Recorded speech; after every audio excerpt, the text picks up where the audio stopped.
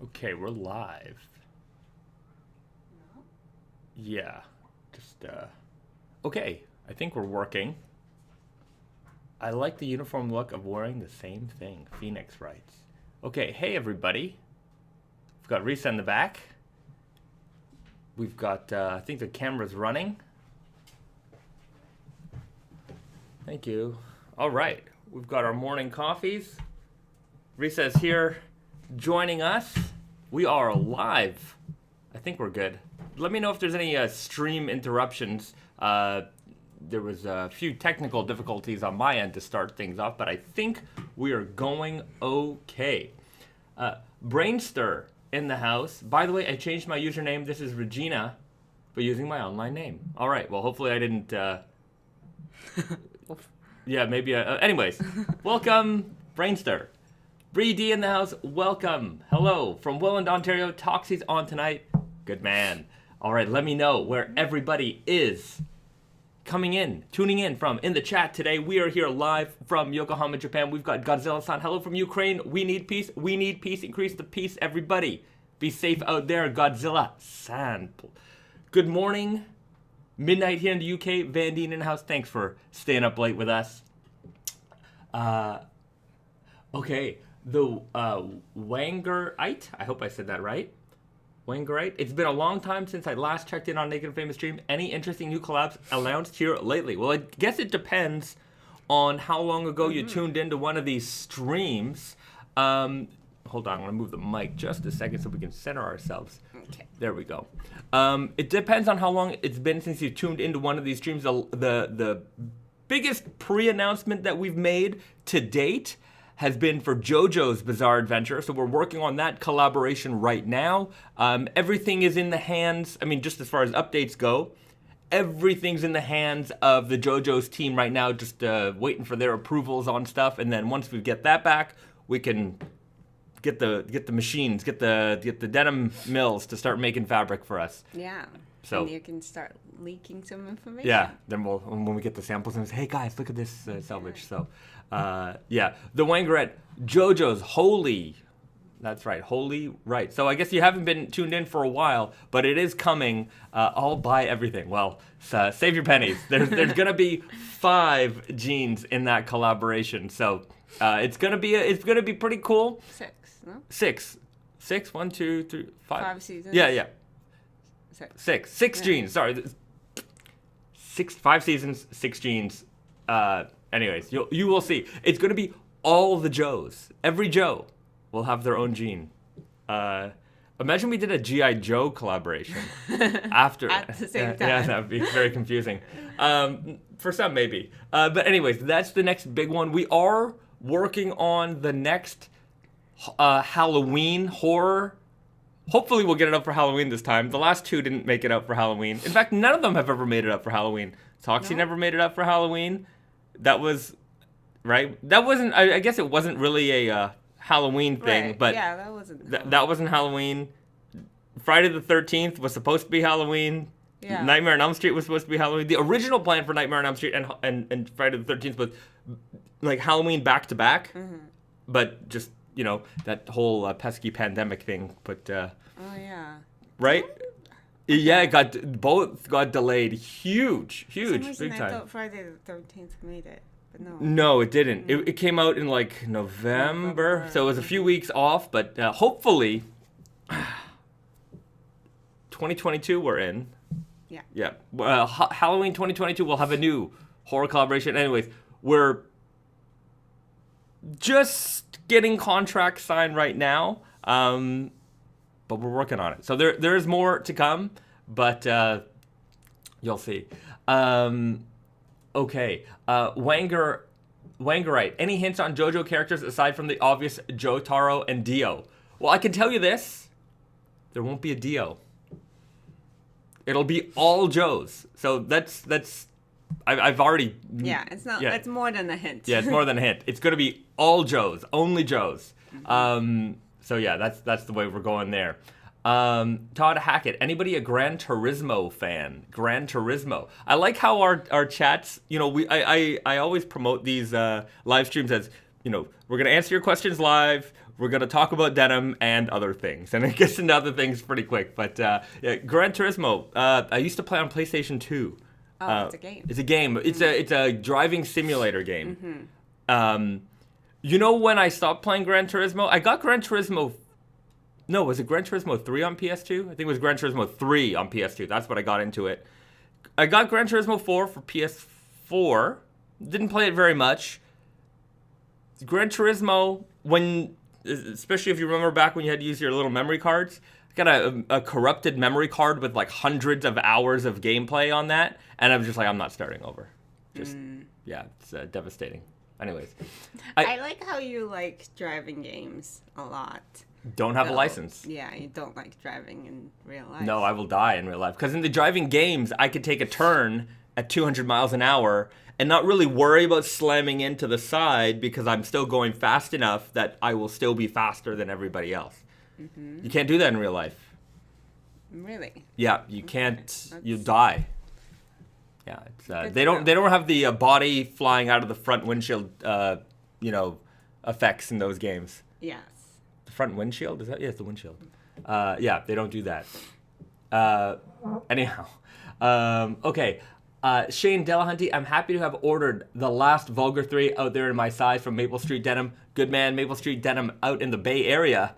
Holding it down for the Naked Famous brand out there big time. So shout outs to Julie at Maple Street Denim. Back in the before the live streams, I used to do these podcasts. I think I did like 10 episodes or so. And I had an interview with Julie a long time ago. Julie's been a long supporter of our brand. Very, very long. She's been with us. She's been in the industry for a long, long time. She's a real denim OG. Yeah. That's for sure.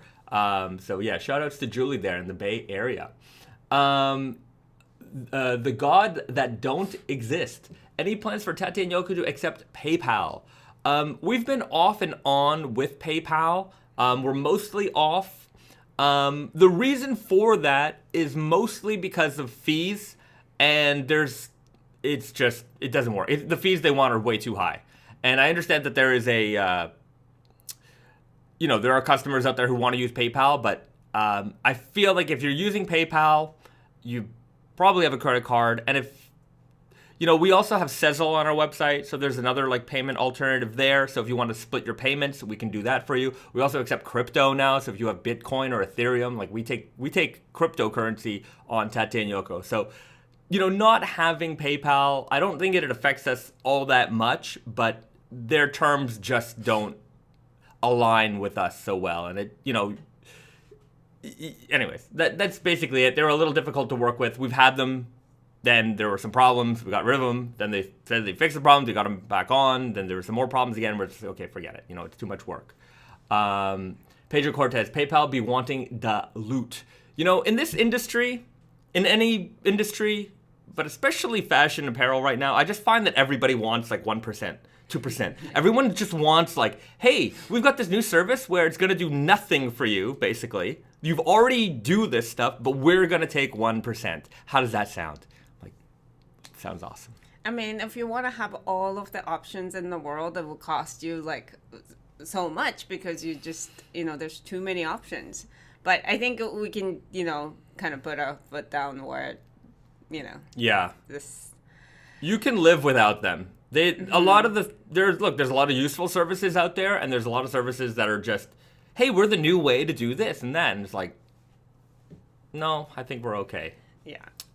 So that's why we don't have PayPal.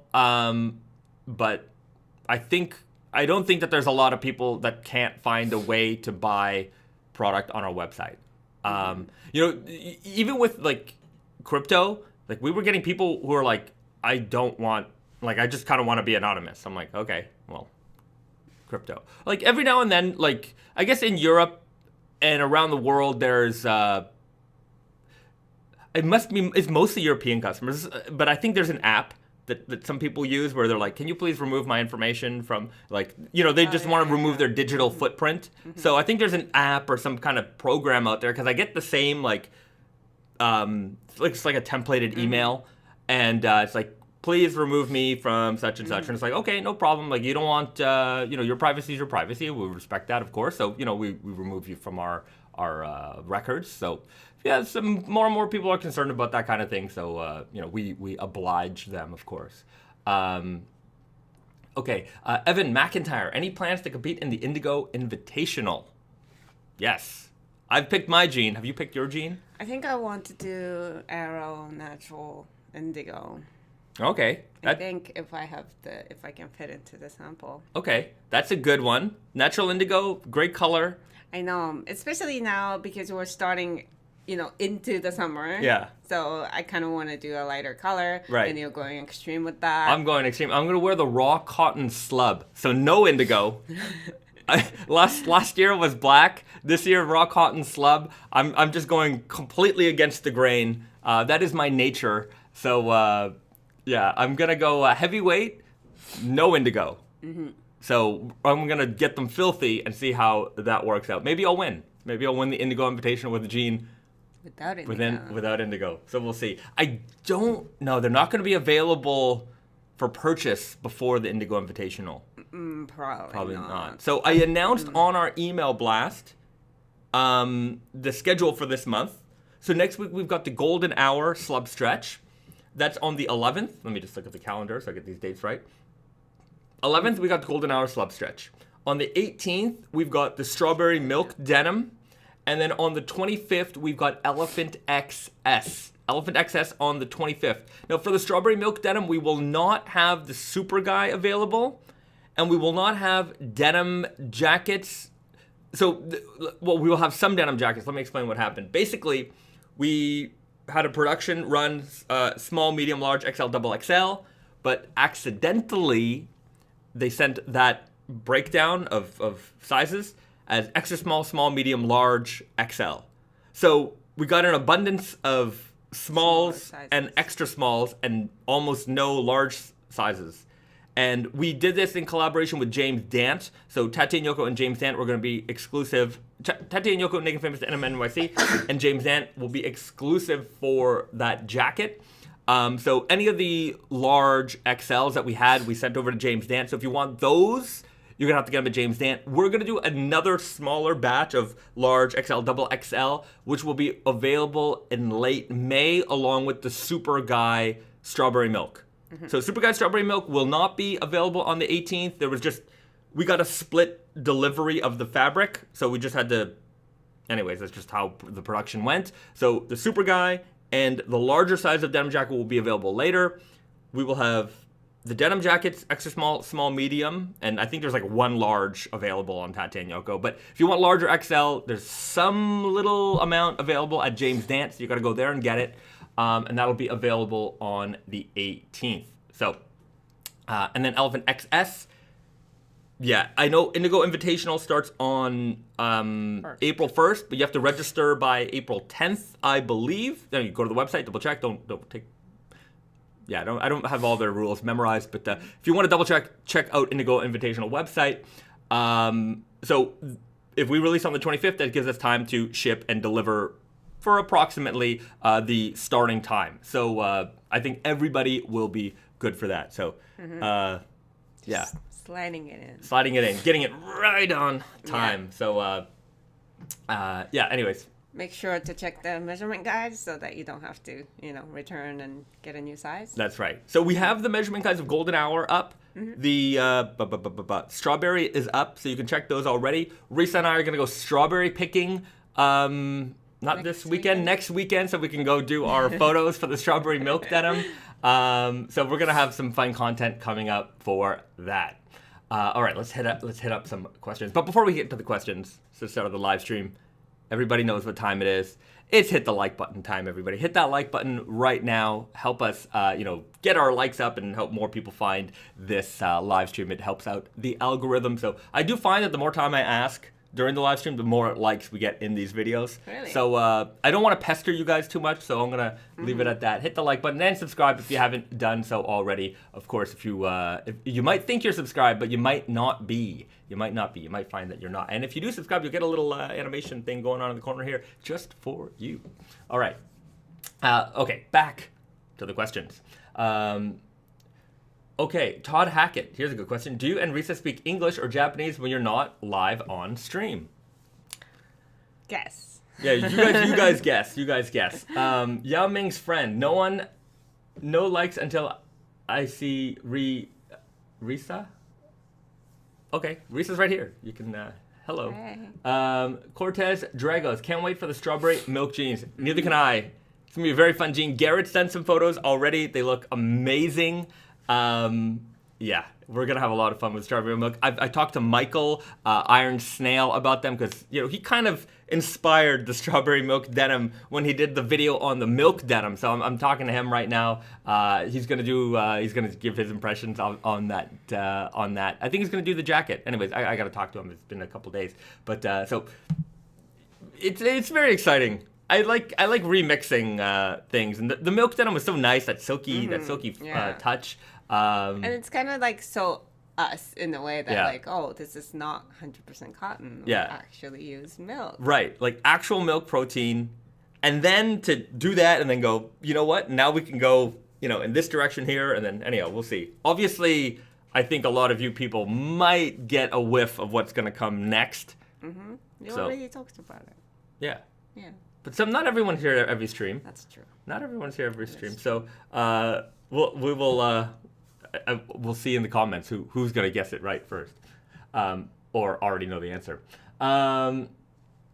Hey, Brainstir writes, most people don't have a denim. Sorry, the chat's moving too fast. Most people don't have a lot of denim jackets. Most versatile weight for different seasons. 12 and a half, 13, 14. Yeah, I think you could go, a little heavier than pants for denim jackets. Yeah, you can, because once you've washed them and worn them for a long time, once they get drapey and stuff, then they're really good for any season. Mm-hmm. When they're really crisp and raw, I guess it might be a little harder to wear it on like the sunniest of days. Yeah, I was wearing a denim jacket like a lot this week. Mm-hmm. I took the picture I put on Instagram when I was wearing the natural seeds. I just took that denim jacket. It was the Katechu denim without the Katechu weft. So that was a like a pre-production sample that came with the wrong weft. Anyways, it was just a sample. So I just took it and started wearing it, and I freaking love it.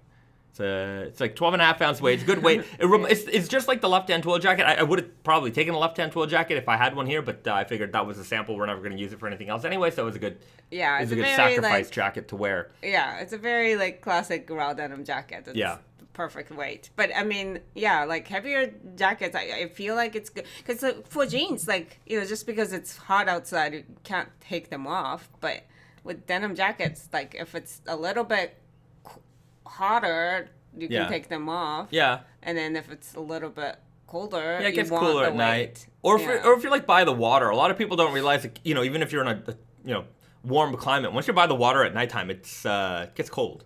Oh yeah. Yeah. I mean, it's just like in extreme weather, you can't really wear it. Like in Canada, there's only like a few weeks where you can wear denim jackets comfortably. No, you can wear a denim jacket a lot. You can layer, Yeah, but it's like by itself. Yeah, as by a itself jacket, is one thing. But denim jacket in Canada is like, I mean, everything in Canada is layering. Like you got your undershirt, you got your t-shirt, you got your if you wear a button up, your hoodie, your flannel, your denim jacket. You gotta layer. But I find myself being able to wear denim jackets in more occasions here because there's like these between seasons. Yeah, and the temperature isn't as extreme, Mm-hmm. and you've also been acclimated. That's a word. Acclimated to Canadian winter. I don't think so. You know the feeling of minus 30. I do. It's like unfortunately. for a lot of winter in Canada, it's like the high today is minus 17. It's like you're not going to see positive temperatures for a long time. And, the office in Montreal, like we would take the metro, and the buses don't run so regularly between the metro and our office. So if you miss it, it's like, okay, I could wait here in the cold in this building for 25 minutes, or I could just walk there in 15 minutes. So you're just trudging through like knee-deep snow. I feel like I'm a grandpa talking to my grandchildren about like how I had to go to school, but it's actually true. Yes, unfortunately. Yeah.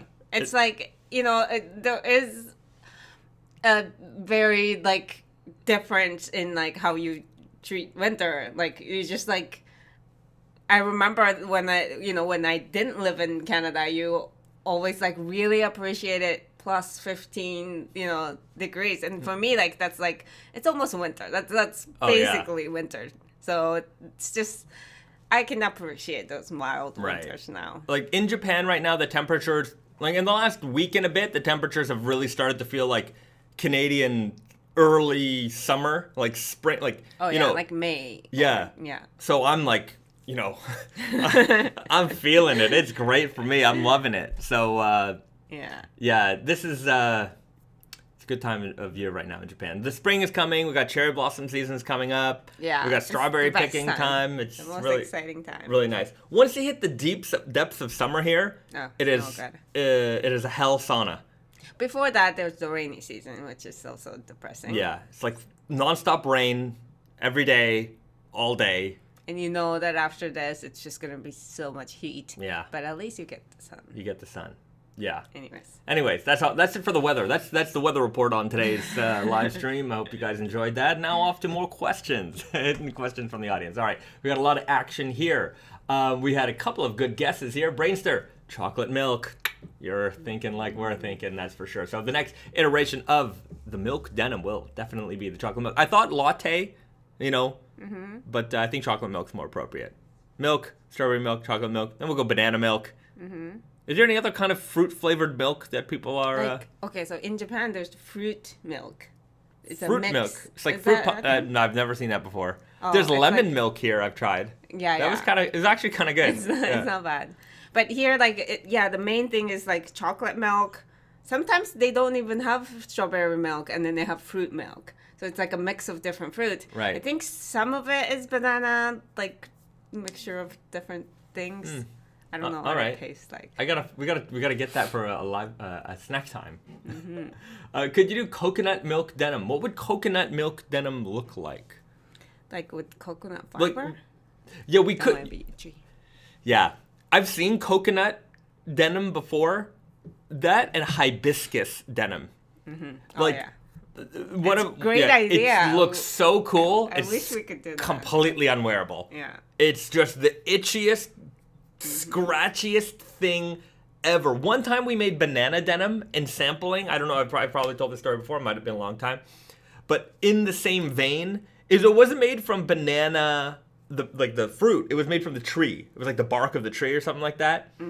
And it was awful. Like, just so itchy, the worst. And Brandon, we made the sample, and we're like, this fabric's cool, but, like, we put it on, we're like, oh, God. Like, what are you going to do? He's like, can we line these? I'm like, no. He's like, I'm going to line them. I'm going to see what I made a sample of the lining on the inside. I'm like...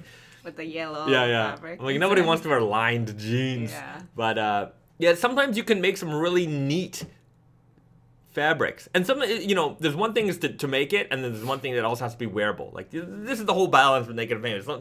Sure, we can make stuff out of anything, but it also needs to be usable. So, like, the hibiscus denim or, like, coconut denim, banana denim, there's just no way to make that wearable. If you were to make, like, bags or something like that, definitely. I guess it'd be kind of cool. You don't have to put your skin inside of it. Yeah. Even with the 32-ounce denim, the mill, I remember they were telling us, like, yeah, you can make bags. They're like, it's not for it's not for jeans. Like, it's pretty funny. So, one of the other companies that actually got the 32-ounce denim was a luxury brand, and the mill told us that they bought a roll so that they could make bags out of it. But I never saw the bags come out, so I presume that they were never successful. They were not successful to make those bags. Yeah. I'm sure they can. I'm sure they could, but I don't know. Anyways. Like, bags, it's not going to be as hard as making jeans, because there's with jeans, right. There's so many... layers. Yeah. Portions of jeans that it's like 4 or 6 thick. layers. Yeah. Okay. The God That Don't Exist writes, Ultimate Canadian Collab. Tim Hortons, I'm Naked Famous Denim, coffee denim, or different donut themes. I don't know. It's not a bad idea. Yeah, obviously, that's it's very kitschy. It's very. I would say that the only people who are gonna understand that are Canadians.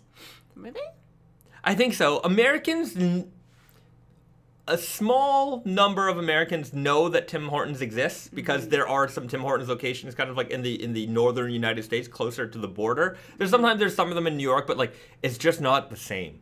Like, you know, America runs on Dunkin'. Their marketing definitely works for me. But Canada's obvious infatuation with Tim Hortons is undeniable.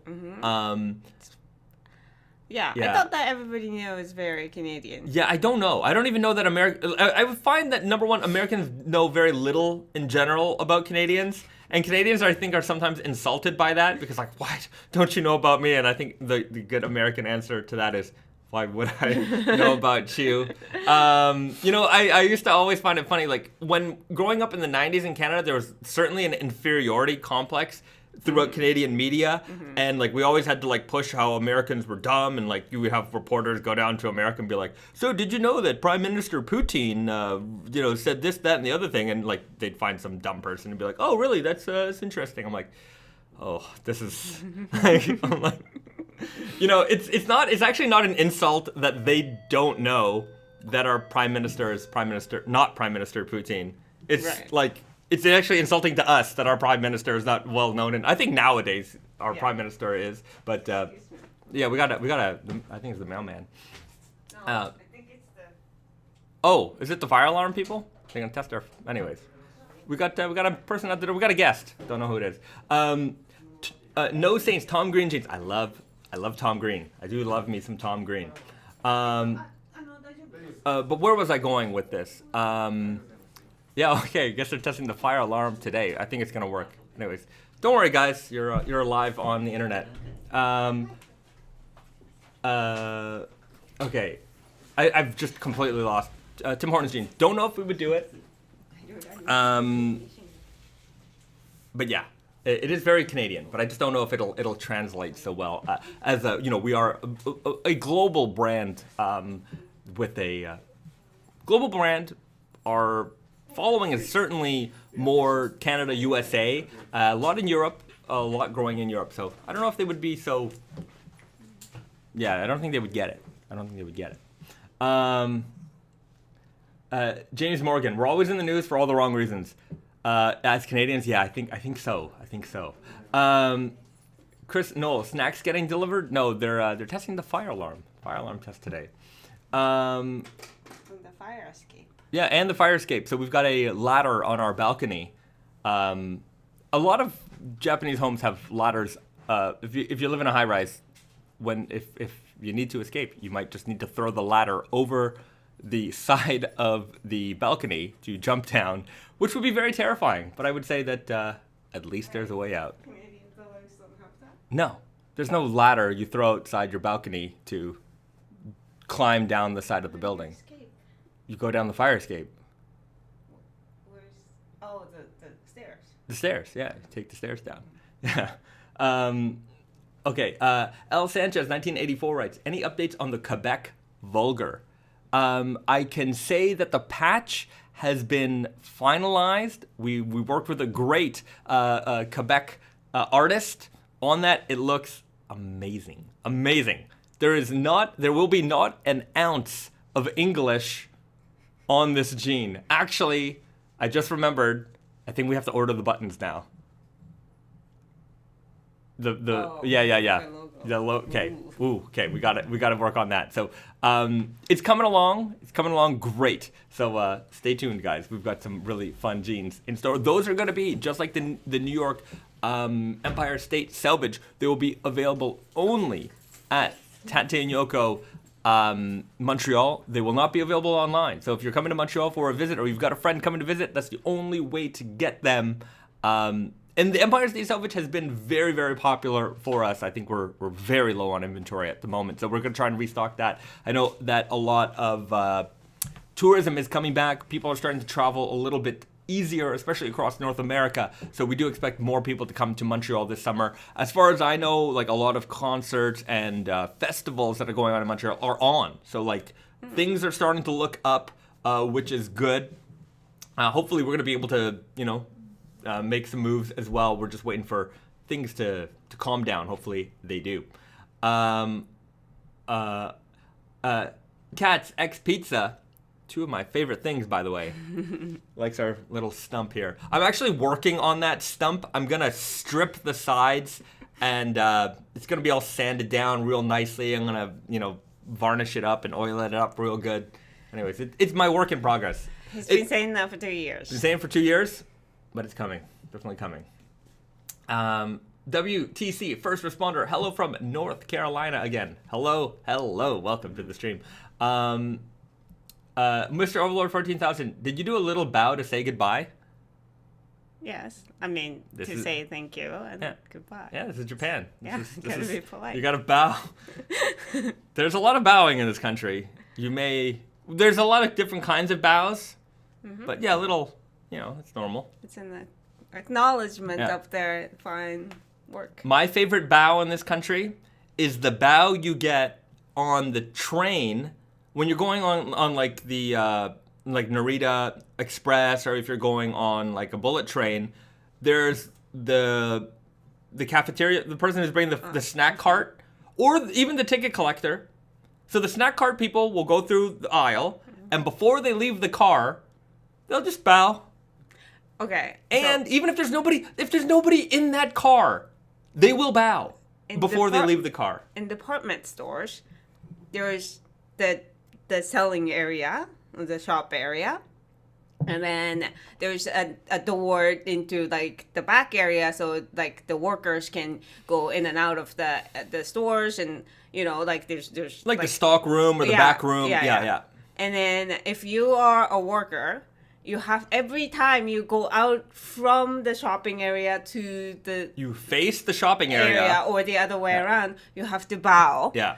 And then this was like I didn't know that until I like temporarily worked at a department store just for like an event. So it was like, like a 3-day thing where like I had to be there 3 days, and they give you the training. Yeah, but it's like I didn't even notice it, because most of the time, ever since then I notice it, but most of the time you're not paying attention. Nobody's looking at these people who are going into the back door. I've seen it. Yeah. It's so bizarre. Yeah. You go into a karate dojo or any martial, I would imagine, any dojo really, you bow before you get on the floor and things like that. So it's really the same thing. It's just a lot of bowing. But yeah, the customer respect bow, whether it's respectful or not, or if it's just, a formality, there's a lot of bowing. You'd be, once you guys get over here, if you haven't been here already, tourism opens up, keep a little counter of how many. And also, just depending on the degree of the depth of the bow. The bow, like, you understand how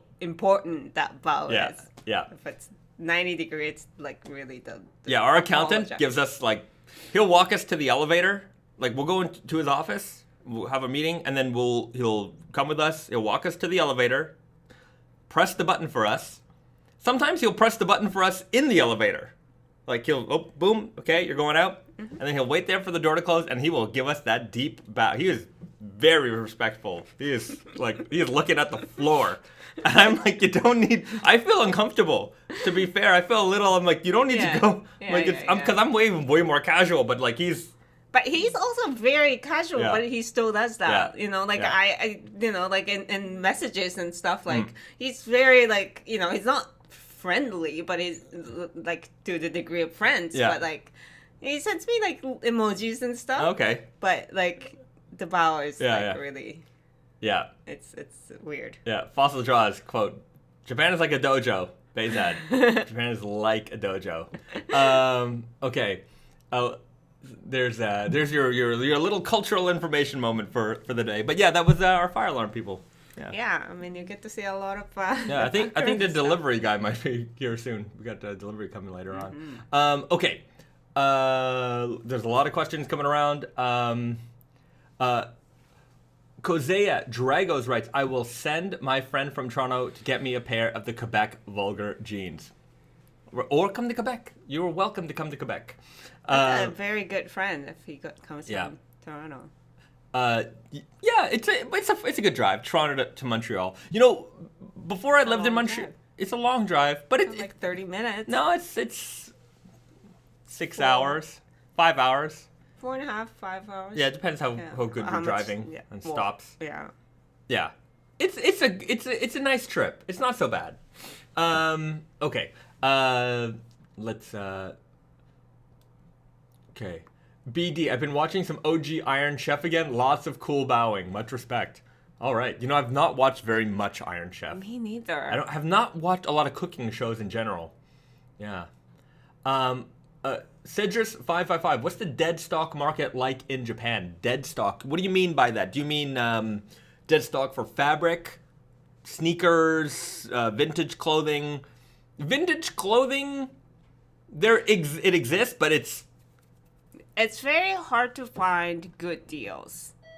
Yeah. Oh, delivery man, maybe. Yeah, good deals on vintage here doesn't exist. Like, okay, I guess there's a different, for example, if you want dead stock American vintage, you're going to pay through the nose for it. It is not cheap. You're not going to find a deal. Japanese dead stock, interestingly enough, like, you might be able to find that.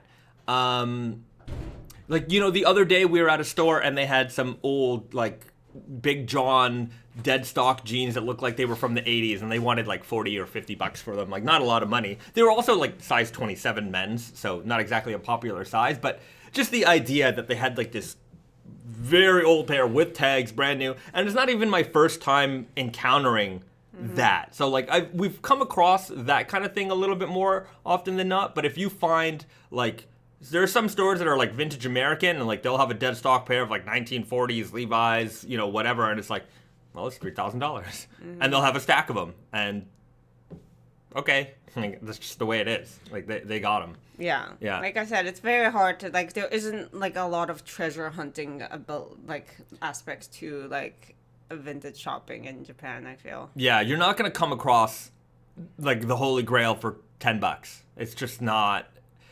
To be fair, I find that in North America, it's become a lot harder to do that too. That's true. Yeah. I mean, internet, and there are more people who are certainly more aware, and they're not just aware in the sense that like it's for themselves, but they're more aware of the resellability of this stuff. I mean, there's a lot of people who go to like, you know, like if you know your local Goodwill is like new stock day is like Wednesday, then you just go in the morning Wednesday and just pick up everything that's valuable. Like when we were in Montreal, like we would go to the thrift stores every weekend, basically. Like we were we're not trying to resell anything. We're just, you know, we're looking for knickknacks, furnitures, treasure hunting, movies, like all kinds of stuff. But you know, now like the last time we went to Montreal in November, we hit up several thrift stores and found like nothing. Like, even, like, old graphic tees were almost impossible to find. I think we found more, like, teacher union strike t-shirts than anything else. It's kind of funny, the abundance of teacher strike uniform. Like, you know, there's some kind of dispute, and it's so funny, because there's a dispute. They make a t-shirt for this event. All the people who are protesting have their t-shirt, and then immediately after that, it all goes to Goodwill. Well, I'm like, who's going to wear this? It seems odd. Like, but it's like the ease of making your own t-shirts, like getting your team t-shirt printed, and the cost has gone down so much that like everybody makes t-shirts. Yeah, but I think if you're gonna be a protest like that, don't get the t-shirt printed. Carry the sign, because you could toss the sign or whatever, right? But no one's gonna reuse that t-shirt. If you just all wear yellow t-shirts or orange t-shirts, whatever color you want to decide is the color for your movement, then you're going to donate it, or you're going to wear it, and then somebody else can enjoy it, right? There's reusability in there. But, like, you know, 1990, not even 90s, like the 2008 strike for whatever, like, you know, like, nobody's going to wear that t-shirt again. Nobody's going to pay, like, $3 for that t-shirt. Gone. Nobody wants that one.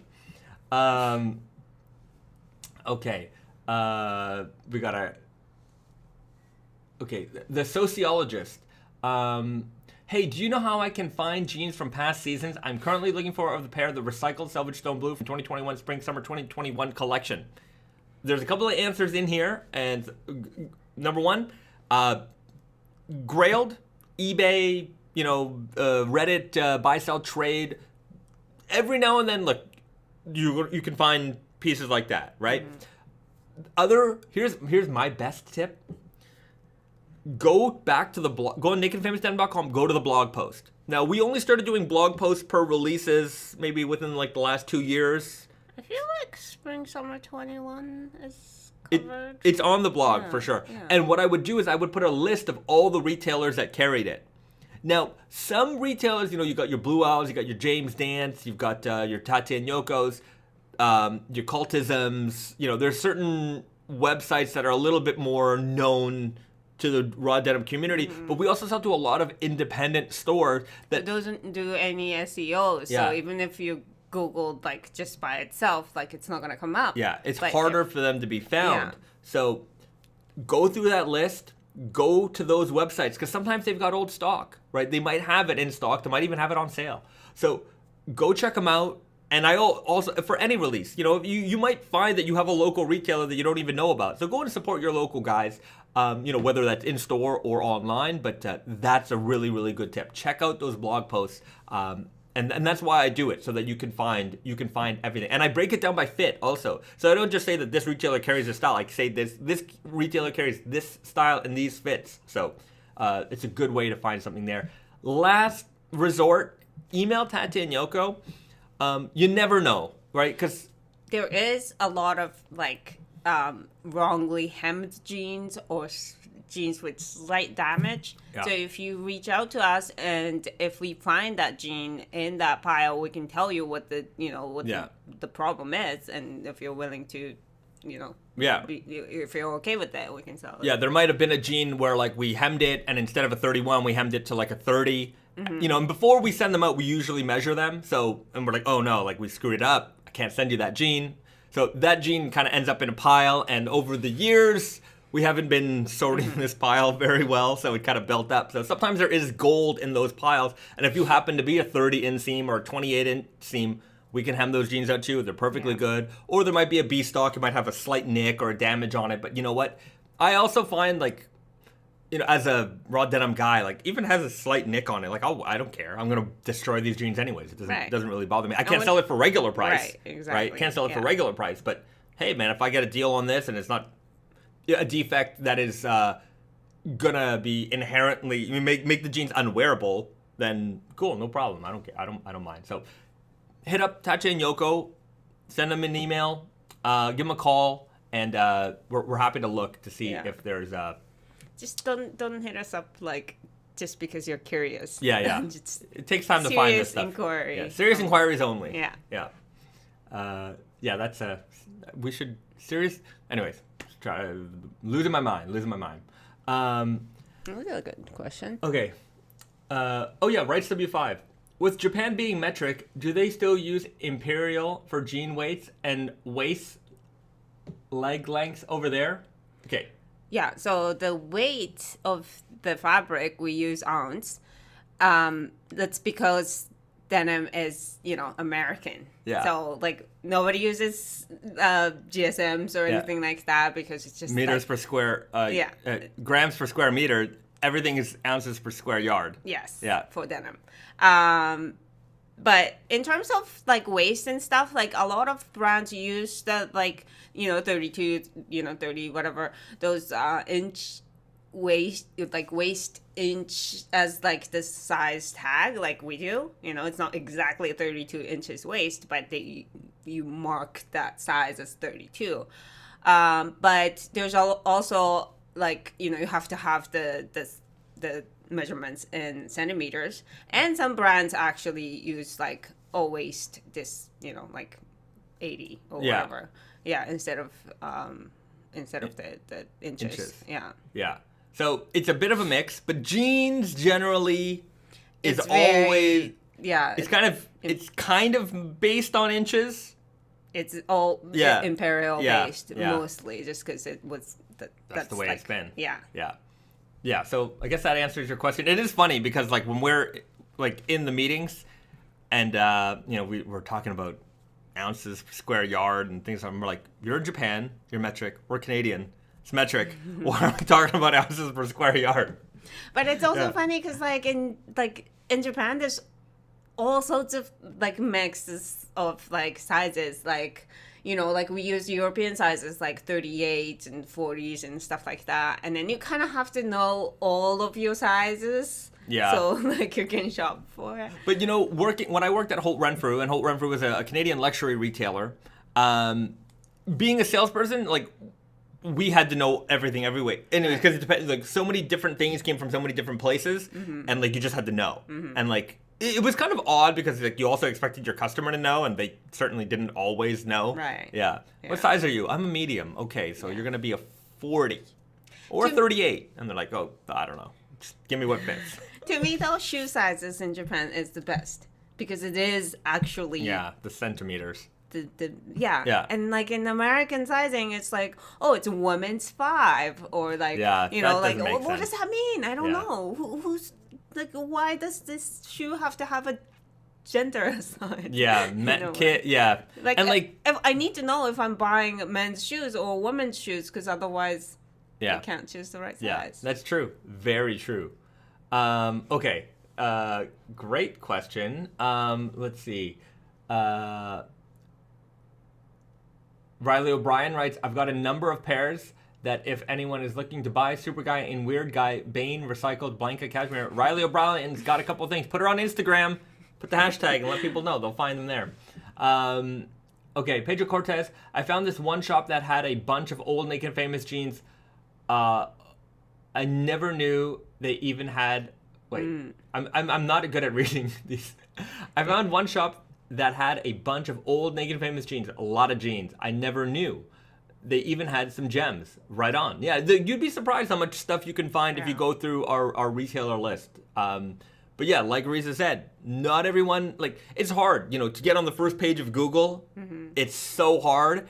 And like, of course, some of our retailers, they might be on page 3, 4, 5. Like, you got to be willing to click down, or maybe they didn't title their products properly in the right way that picks up in the algorithms. These things are very, very challenging. So, anyway, that's why I put those customer informations on the website. Andreas Miller, patiently waiting on my left-hand twill, Groovy Guy, so I can beat them up. Good man, Groovy Guy. I love Groovy Guy. I'm losing a little bit of weight. Feel like I'm gonna be able to get into my Groovy Guys by the summer. That's a good one. Yeah, that's a good summer jean. Todd Hackett, as a cheapskate, I have to ask, how much discount do you get? This might hurt some of your feelings, but I don't really pay for anything. We kind of make our samples in our Yeah, we take some of the samples, and that's really it. Yeah, we don't really get, like, in a way, if I have to pay for something, it's half off of retail. Like if I'm buying gifts or something for somebody, but like for myself, like, yeah, we'll take a sample, but like we're usually, like, it's kind of like uniform stuff, like, especially if we're going to trade shows and things like that, we got to wear what we're selling, so we make a couple extra samples that we can wear, but that's really about it. Usually, if I want something, I'll look to the damage pile and I'll see what's in there. I try not to take stock ever. I'm very much I'll take a sample that we're done with, or damages, things like that. But that's pretty much it. But that's just the perks of the job, I guess. Yeah, but I mean, like, a lot of the times, especially with women's, like, we always adjust fit from sample to production. So what I'm wearing is not really the correct one. Yeah, it's like the pre-production samples. So I don't like taking inventory. We're done with it, and it was used for whatever reasons. But also, like, if the samples are in perfect condition, like, I put those back into stock. Yeah. We do that. Like, if they haven't been changed or anything, and like the sample matches production, boom, goes right back into stock. And if it doesn't match, then we put it in the mystery and stuff. So mystery jeans is full of, it's a good place. Pedro Cortez, my feelings are not hurt. Bezat deserves them jeans. Well, thank you. Yeah, we work hard for the money. We work hard for the jeans. Okay, I'm going to scroll up because I'm sure I missed a lot of stuff. So I just want to go through here, make sure I didn't miss anything that is too important. Or if I missed your question, just ask. I'm just scrolling around. Okay, Pedro Cortez. The tragic blonde patch is classic, but man, the other logos are always nice to see. Hope to see more variations of it. Oh, we've got... There's a couple things. We do have a variation on the classic logo coming up. We just finished it. The sample just came in. We're gonna announce it in the next couple of weeks. So this is gonna be part of the start of more customization options for your jeans. So we have the vegan patch that's available. I don't know if everybody knows that, but on Tate and Yoko, if you want to have a vegan leather patch, we have a free alteration, so we can do that for you. Then we're gonna have premium vegan leather options. We'll charge probably a couple bucks for those. We're gonna have other iterations of the Naked Famous Denim logo available. We'll have a simplified logo available, and then we'll have more premium leather options. So there'll be a little bit more play there. So not only can you just, the alteration, you can have your jeans hem, but you can also have the leather patch adjusted to your likings, make those jeans a little bit more your own. This Smoke Rights, did I miss any previews? Not yet. No previews. The only news that you might not have heard was that we are working on the next horror jean. That's being signed right now, and once that is signed, we're gonna get to work. But I think this one is gonna be. I don't think anybody's gonna guess this. Nobody's gonna guess this one. But nope. Not only is nobody gonna guess it, but everyone's gonna know it. Everyone's gonna be like, I think so. I think people are gonna like this one, and it is. They're gonna see why. If I give this next one, they're gonna guess it. I'm gonna say it's the most appropriate Naked and Famous Denim crossover for a horror themed character ever. Can I say that? Is that accurate? Visually, yeah. All right. Okay. Phoenix writes Scream. Not yet, but I'd like to do a Scream one. Child's Play, Grudge. Okay. Sure, guys. Keep guessing. So Sebastian Pelje, you may be able to sew that top buttonhole a little to make it smaller. I guess maybe we missed the question. Somebody might have, the buttonhole might have expanded. Yeah, you can certainly, those are certainly fixable. You can sew them a little smaller. I have found quite a lot of great repair videos on YouTube about denim that just don't come from the denim head community. It's moms, how to fix jeans. And 100%. Even on Pinterest, there's all these quick fix TikTok type videos. So good. Just do a quick how to repair jeans, how to make your jeans waist smaller, all that stuff. It's all these homemakers who are just great tips, great quality videos. Also, certainly we have to make those kinds of videos. There's a Japanese comment here. Risa, give it a go. Kei さん、おはようございます。字幕がついた後に改めて拝見しますね。はい、ありがとうございます。They said that good morning. I'm gonna watch it after the captions are. Okay. I guess it does it after you upload the video. I think so. Yeah, but if you have any questions in Japanese, feel free to ask, and we've got Risa here to answer the questions for you. Well, that's okay. All right. I mean, this whole entire live stream is in English. I a couple episodes ago, I said I should learn more international greetings. I didn't do that. How many do you know? Well, I don't know. We're gonna see. Next week I'll start with an international greeting, and then we'll see how far I can go. Okay. All right. So that's what we'll do. Brad Mac writes, they speak English at home. I think you guys got that. Todd Hackett, this is the best live stream ever. So much Japanese. All right. Well, I'm glad you like it. You're not gonna get too much of that from me. Not yet. I gotta learn more. I'm not very good. Okay, Francisco Michael, student loan denim is the new horror theme. A student loan debt horror film definitely needs to be made. That would be a cool sub-theme. I don't know, maybe... The loan itself is the No. It would be the crushing feeling of student debt maybe is causing someone... Like a psychological... Yeah. Oh, there's the fire alarm ringing. Student loan denim, don't be careful with the loans, everybody. Be careful with the loans. I second Little Shop of Horrors. That would be a lot of fun. Rick Moranis. That'd be great. That would be great. There is also an original Little Shop of Horrors, I think. I think there's another one. But what's his name? Anyway, I'm forgetting it. BD. Bayzad, Reset, what are you most proud of the other person for creating Naked and Famous? What's the most... Oh, mine, I have the answer for that. For Risa, it's making the women's denim line, like, grow, like, crazy. You know, she knows the women's denim well. How many... Like, in the world, there's not a lot of women in...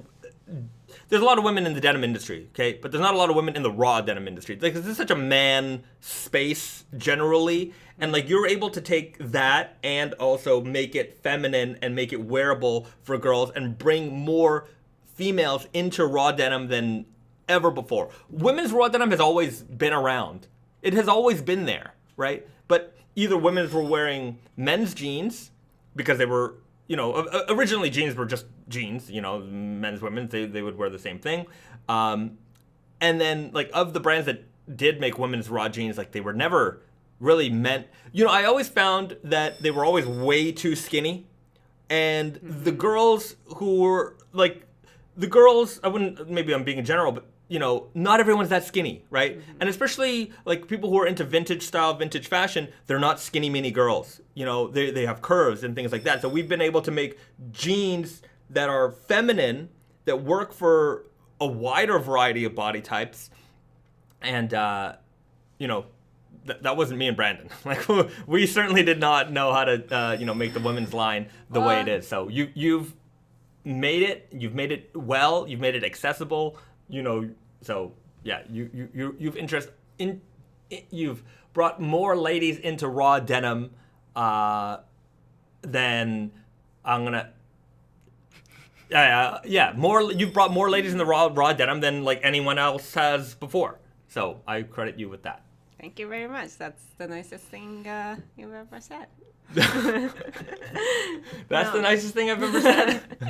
No, that means a lot. Thank you very much. For me, I think it's just that you have made this brand more personable, just in general. Like, like, Brandon is a very personable guy, and he's out there, and his character is very approachable, but at the same time, he's not really, because he wasn't, like, on social media. He doesn't do social media, and, like, it's just, like, somebody within this orbit could, see him, like, we go to the store, he comes down and greet the customers, and, he loves talking to the customers, but at the same time, he wasn't there, like, available to everybody. Yeah. I think you made this brand more personable just by, being there continuously. Even when, like, now the live stream is going on very strong, but before it wasn't like that. You just started it out of, basically nowhere, and you continue doing that. It's hard when you don't see the results right away. It's hard to keep going, but I mean, you've created a very nice space with a lot of nice people in it. These live streams used to be an hour on Instagram, another 2 hours on YouTube. It's I don't even know how I started doing them. I just think I was bored one day. It might have been I don't know, and I just don't even remember. I just did it, and people liked it, and I'm like, okay, well, do it again. I mean, live streams on Instagram was relatively new when you started it. Probably. Yeah. So it was just something like, oh, we can do this now. But I mean, it's just I mean, it's just the community that you created, and that, like, you kind of attracted these people who are, like, really, looking for a place to talk and connect with, with like-minded people. So I think it's a great thing that you did. Yeah. Well, I also like talking. You love talking. I love talking. Yeah, you just need to get that out. Especially in this country. Nobody else knows to. Yeah. Okay, Jeffrey Gale. Thank you very much. Jeffrey Gale. Why did Naked and Famous wait so long to release the Rainbow Core with the demand it had? Wait was worth the wait, though. Wish I had like 6 more pairs to rotate. Why did we wait so long? I don't know. Sometimes you just gotta... We can always do this, Yeah. you know. Yeah, just because the customer asked for it, like that moment, it doesn't mean like we can, jump into it right away. Well, it takes a long time to develop fabric, first of all. Yeah. But also, we gotta build up the... build up the What's the heart grows fonder with something or other? There's a saying there somewhere. That's quote me on that. The heart grows something with somewhere somehow. Yeah. I know what you mean. You know what I mean. Everybody knows what you mean. Okay. Okay. The fondly... I don't know what I'm losing my mind. Okay. There's a lot of questions. We're flying here with the questions. I'm just trying to pick a good one. Okay. Riley O'Brien, let me say this, and I'm sure I speak for all of us. You guys seem to be born to do this. I've bought more than one pair of jeans because I admire Bezat's character and appreciate his honesty. Well, thank you very much, Riley. I mean, it's also you guys that make this community. It's like I could be just a guy, talking on the internet here, and nobody would be here. But it's you guys who are here, and I feel 100%. committed to you guys also. I love talking to you. I love the community that we built here. We've got so many regulars. We've got people who comment. We've got people who don't comment. If you don't comment, I love the fact that you are here watching this right now. It's this great raw denim. Who would have think we get all these people to listen to two people talk about pants and other things, and on Friday night. It's it's wonderful, and I appreciate all of you guys being here and being so welcoming to everyone who shows up. All the great comments that you have. All the best questions are here. So I do have to say this pandemic did help with just the idea of... it did in social distancing, but it also brought a lot of people together, right? It brought a lot of people together. So Would this live stream be the same way? I don't know, but who knows? But I appreciate everybody who tunes in here every week. Watches on the replay. If you are watching on the replay, by the way, don't forget to hit that like button. Good, do you guys like that segue? Anyways, don't forget to hit the like button. Leave a comment in the below. Let me know if you're watching on the replay. I know not everybody can watch live, and that's fine. That's what the replays are here for, and that's why we switched these over to YouTube. It just makes it a lot easier for people to tune in.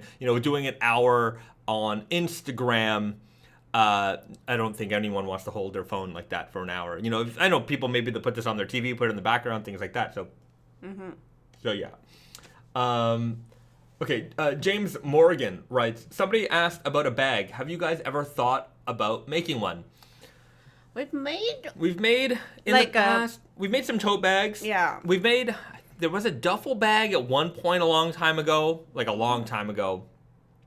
It's just not our...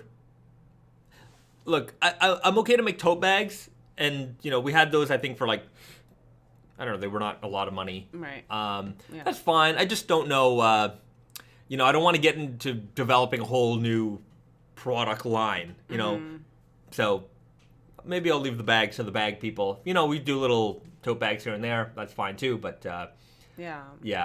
I don't think we're the bag people, right? We're the jeans people. We can make jeans really well. We can make shirts, workwear, that kind of stuff. But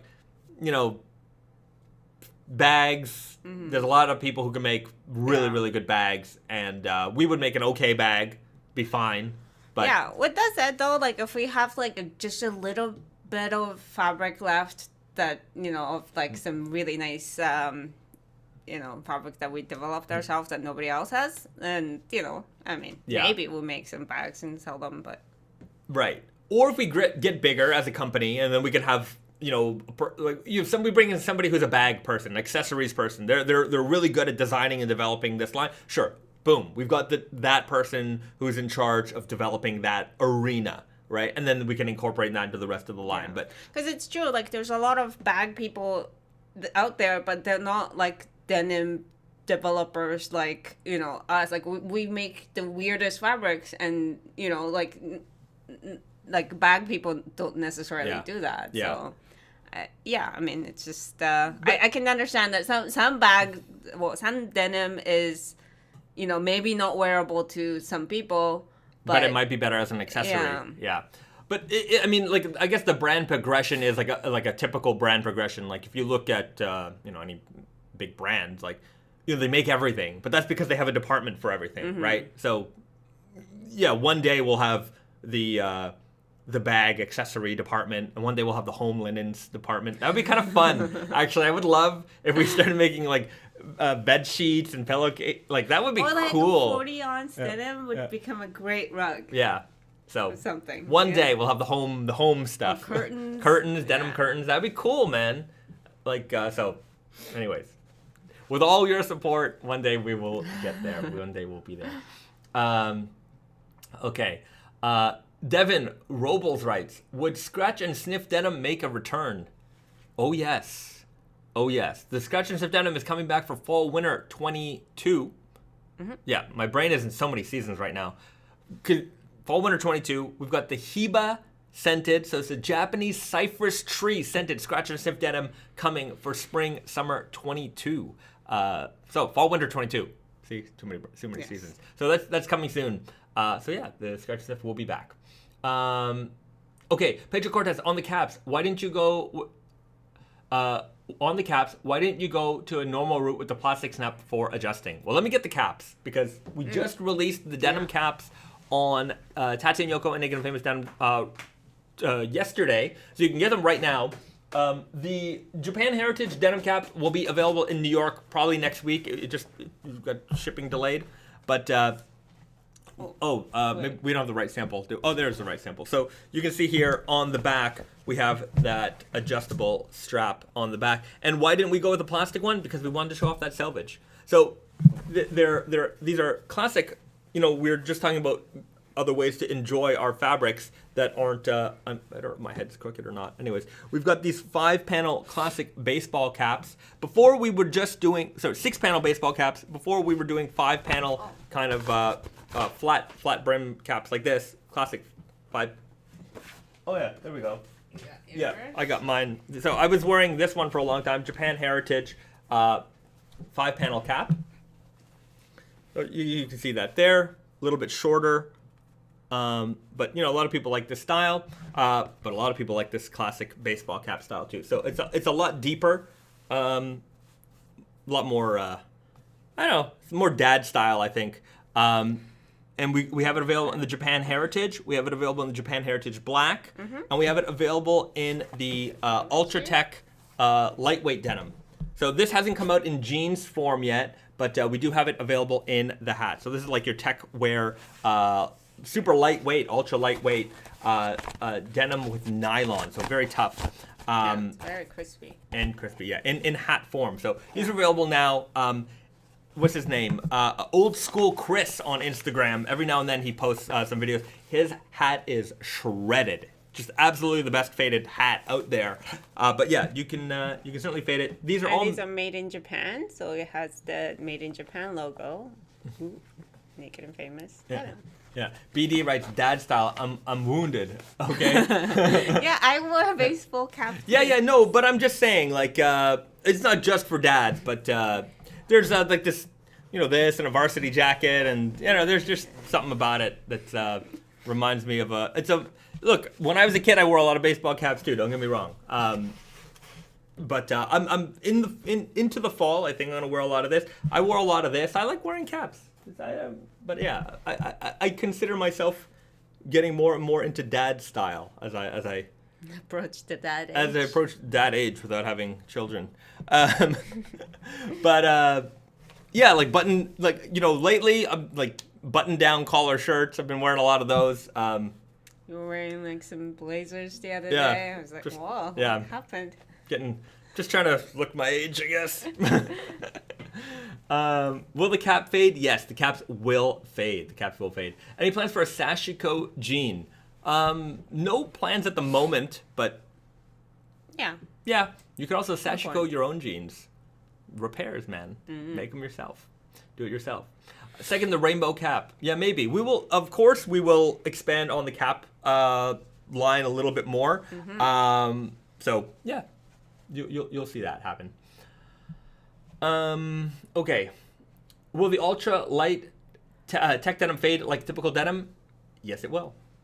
I wouldn't, well, maybe not like typical Typical denim, but it denim, will it is- fade. It's not as yeah. slubby, so it's not gonna, you're not gonna get weird high contrasty, Yeah, and it's also slub like point the fades. yarns are very, very thin. Yeah. Compared to our Yeah. cotton denim yarns. It might be hard to see, but you can see the brim on my cap here starting to fade. You can see like where the sewing lines are fading as well. So Yeah, I'm looking forward to seeing how this denim fade. yeah. Yeah, it'll be cool. A dude in America, will you release the 40 ounce this year? That's the plan. I keep giving. You look. It's already March. Yeah, it's already March. I know. I keep giving Brand a lot of pressure. This year's. There's a, if you go on Tata and Yoko right now, you might notice there are some shortages on certain styles, off 10 twill, stretch selvage. Like, things come in and they're gone right away. And part of that is because we're still dealing with shipping delays from last year. So, the end of last year, we were supposed to get a lot of fabric, and that stuff was supposed to be put into production at the end of last year and into early this year. That fabric didn't show up. Some of it is only showing up now, showed up a few weeks ago. So we're catching up with a lot of production. We've got spring. We've got, man, I'm losing my brain. Spring, summer 22 production is still happening. We've got core production happening. We've got fall, winter 22 production is going to start rolling in and around, May, June, July. So we still have to put into production a lot of the stuff that, like core replenishment stuff that was supposed to happen at the end of last year. We have to spread that out. So there's a lot of things just taking up a lot of our production space right now. And it's causing some delays. And whenever there's a special project like the 40 ounce or even like the banner jackets, remember the banner jackets? Like all that just gets pushed right to the side because it's not something that is a make or break for our business, But it's also that we don't have like an outstanding order for it. Yeah. I know everybody wants it and we appreciate that, but Yeah. if we take in an order for less than 12 or whatever, like we have to deliver. Yeah. So Yeah. so that's what happens there. So it's we're pushing for it. Believe me, we want to put it out as just as much as you want to have it. But yeah, we're working on it. Okay, let's. I'm gonna scroll up a little bit just to see Elephant X gloves. Writes W5 writes that might be difficult. Like a 20-ounce denim glove. I don't think that's what you want. You don't want that. Yeah. That doesn't sound comfortable at all. Cesar Perez raw denim socks. Also, don't think that's what you want. I think it would be too Yeah. scratchy. Indigo dyed socks, sure. That'd be cool. But it needs the stretch because otherwise, how Yeah. are you gonna like go it It's through not gonna the go on your foot. You need and to have the then stretch. stay it on the ankle? Yeah. Msue, I want a Tokashima Ayazome bag. Look, either we start making bags or we have to partner with the right bag manufacturer, just like how we make the hats. But yeah, I don't think that either one of those are gonna happen anytime soon. Anyways, we'll bags. I hear you. Bags. Okay. M. Kim, you snapped on the Reddit board today. Haha. I didn't snap. Somebody left a comment. This is good. So there was a comment on. I was just correct. I just wanted to. Here, I'll explain what happened. So on Reddit, somebody posted a jean that we made a long time ago for Barney's. It was a 40% cashmere jean at $650. And there was a couple comments there being like, "Oh, that's crazy. That's insane. Like who would buy that?" And there's a lot of varying comments. And it's like, okay, that's fine. And then somebody wrote, I hate how they present themselves as anti-mainstream. And then they do these collaborations, blah, blah, blah. And there was a bunch of people ripping on the collaborations and things like that. It's like, I'm like, okay. I'm like, I don't think that we present ourselves as anti-mainstream. In fact, it's really quite the opposite. We present ourselves as anti-advertising. Like we don't put advertising in magazines. We don't pay for PR companies. Like we don't go the conventional route for anything. All of the money that we all the money that we have gets put into the product, right? And what we do is we try to provide the best product possible at the best possible price. Exactly. So it's not really about the we're anti like mainstream customers. No, it's just that it's not like we're trying to gatekeep.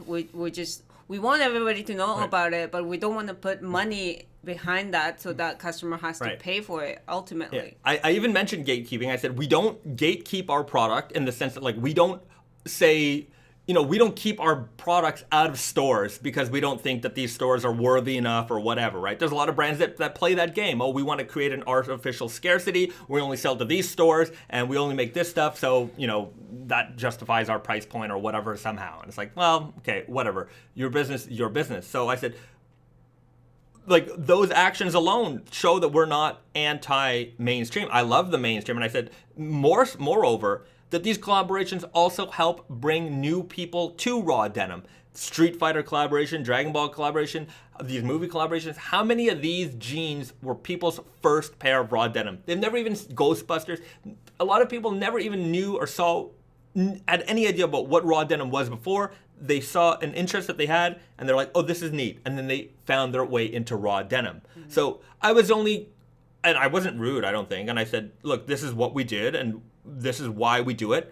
And we also, not only that, as far as like not being mainstream, is that we also make jeans for everybody. Like we make raw jeans that are heavyweight, we make them lightweight, we make them with stretch, we make them in different colors, we make them in different, this, that, and the other thing, because we want to make raw denim accessible for everyone. If you're, the Nightshade Stretch Selvedge is a super comfort, raw denim that if you've been wearing, stretchy jeans your whole life, you can get into that jean today and feel comfortable in it, right? And still go through the raw denim fading process, all those things. I'm not of the idea that raw denim has to be one way and it has to be vintage and it has to be an exact replica of some other brand that still exists. And although I'm going to put my tags and labels on it and then call it a different brand and not call it a fake, just throwing that out there. I didn't put that in the Reddit, but that's what I was trying to portray. And then I said, and then some people were ragging on the price, and I'm like, look, that fabric, it was a 40% cashmere denim. That at $650 was the best price for that fabric. It's an expensive jean. A Ferrari is an expensive car. A Rolex is an expensive watch. Sometimes things are just what they cost. And now those brands, I don't know how whatever goes into them. I'm sure somebody can make some kind of argument about that, but that fabric represented the cost of that fabric. That fabric was made for the top tier level of ultra luxury products in the world. And if you go look at some of the brands that let me put it to you this way, there are brands that you've never heard of that are so expensive that are made for the 1% of the 1%. And that's where that fabric came from. That's who that fabric was developed for, that world. We brought it up, we put it at $650. Those companies sell socks at prices like that. Okay, so when we put out a jean at $650 for Barney's, which is used to selling stuff to the 1% of the 1%, that is a good price. In fact, before that, we made a $1,500 100% cashmere Selvedge jean that they sold out of. So yes, it's an expensive jean. Yes, of course, but it is the best possible price for that product. And guess what? It wasn't made for the casual raw denim customer. That was made for Barney's top of the, I've got so much money that, if I sneeze, I'll blow on a $1,000 bill. Like it doesn't matter, right? That's what that was for. But the idea that we're not mainstream is really a construction in your own mind, because we sell, you can find our products at Nordstrom's, you can find our products at Macy's, you can find our products at American Rag, you can find our products at the Hudson Bay Company, you can find our products at Essence, you can find our product, you can find our products. Mm-hmm. You can go to a store and find our products.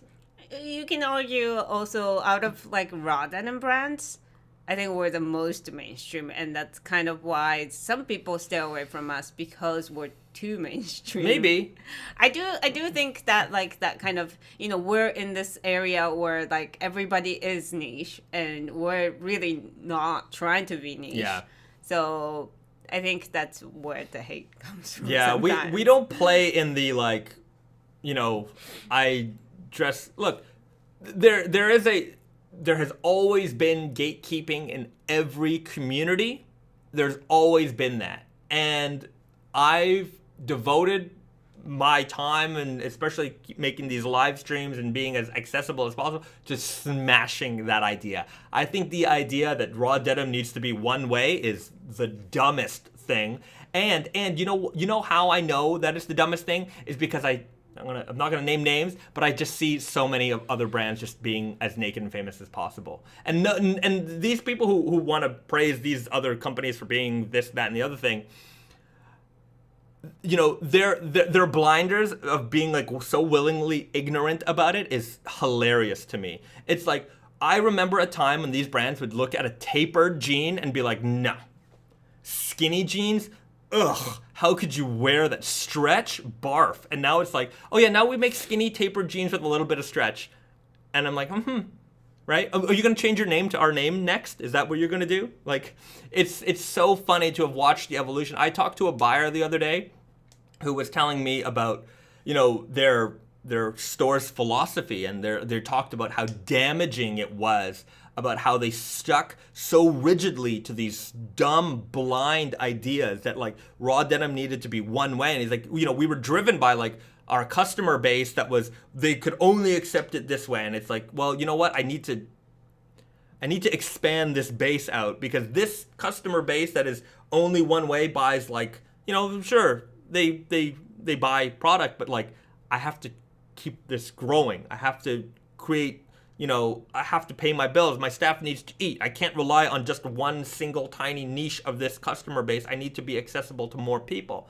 And if being accessible to more people means I'm going to turn off some part of my base, fine. They can go and find some brand that only wants to sell one jean a week that is made, you know, somehow, some way. I don't know. I don't care. But yeah, the idea that we are not mainstream, and the idea that mainstream is bad. Coca-Cola is mainstream. Guess what? Coca-Cola ain't bad. Coca-Cola is a great product. I like Coca-Cola.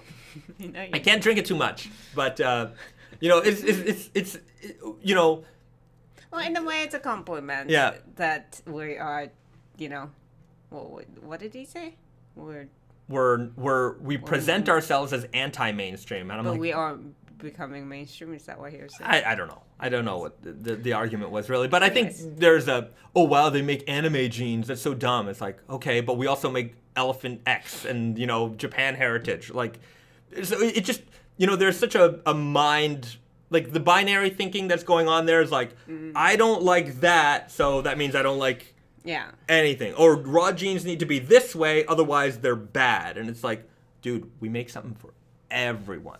And at the end of the day, we don't care what other people, not that we don't care what other people think, but it's like, you know, we do what we want. Yeah. It's a free market. We can do what we want. As long as we can sustain ourselves as a business, then we can continue to do what we want to do. And some people don't like it. And there's no brand that everybody universally likes. Yeah. That maybe Coca-Cola. Yeah. So there's some Coca-Cola comments in here. Coca-Cola denim. We do have our Coca-Cola Repro fabric. So there's a denim, a Coca-Cola uniform, Repro fabric we have coming out for fall winter 22. Some people are talking about the health things about Coca-Cola. Sure, I agree. Don't drink too much of it. Too much of anything is bad, right? But Mitchell Cortez, Pepsi is greater than Coca-Cola. Water over both. You know something I don't drink? Water. I barely drink water. I drink coffee and tea mostly. Yeah. Even when, like, you try to stop yourself from drinking soda, you do not drink water. You don't substitute those things with water. You just substitute with something else. I kind of get it. Like, sometimes I just, like, want to have iced tea in the fridge because I just want to quench my thirst, but I don't, like, you know, it's nice to have a flavor. Yeah, I barely drink water. I would drink iced tea, iced coffee, tea. Like, we have a soda machine. I would rather drink soda fizzy water than water. Yeah, it's weird. I sometimes just crave water. And we live in a country where we can just, you know, turn on the tap and drink water. That's amazing. A Scottish iron brew. Remember Will was telling us about iron brew? What was it? It's a drink they have in Scotland. I don't remember that. I don't think I was Iron Brew listening. tastes like bubblegum to me. Yeah, it's a soda that's local there. Huh. Yeah, I think I had one when we went there. I'm pretty sure I did. I don't think it's not alcoholic. It's like That a soda. sounds like very manly drink. Yeah. But anyways, back to that comment. That's what I was talking about there. I don't think I went off. I think I was pretty. Even here, hopefully I didn't come off as I was coming off. I just wanted to explain myself and that whole idea. I think everybody here is used to your ranting. rant. Yeah. But yeah, it's the comments that are like, usually they've portrayed us in a certain way, and then they're arguing against that certain way that has been portrayed. Those are the kind of comments I don't like. I just feel like I have to kind of, interject and correct and say, hey, look, that's not really what we're doing here. And if you have that impression, I don't know why. Anyways, that's that. Anyways, that's that. Sometimes I chime in on Reddit. I used to be a lot more active on Reddit, but there's so many comments that come in through Instagram, and there's comments on YouTube, and there's a lot. I read Reddit every now and then. I'm still in there every now and then. I'm just not. Before I was in there every day, really active. There's too much time that doesn't exist in the day, unfortunately. So, I guess that's that. Okay. BD, being inclusive is your strength. Major props to the company for caring about everyone. Absolutely.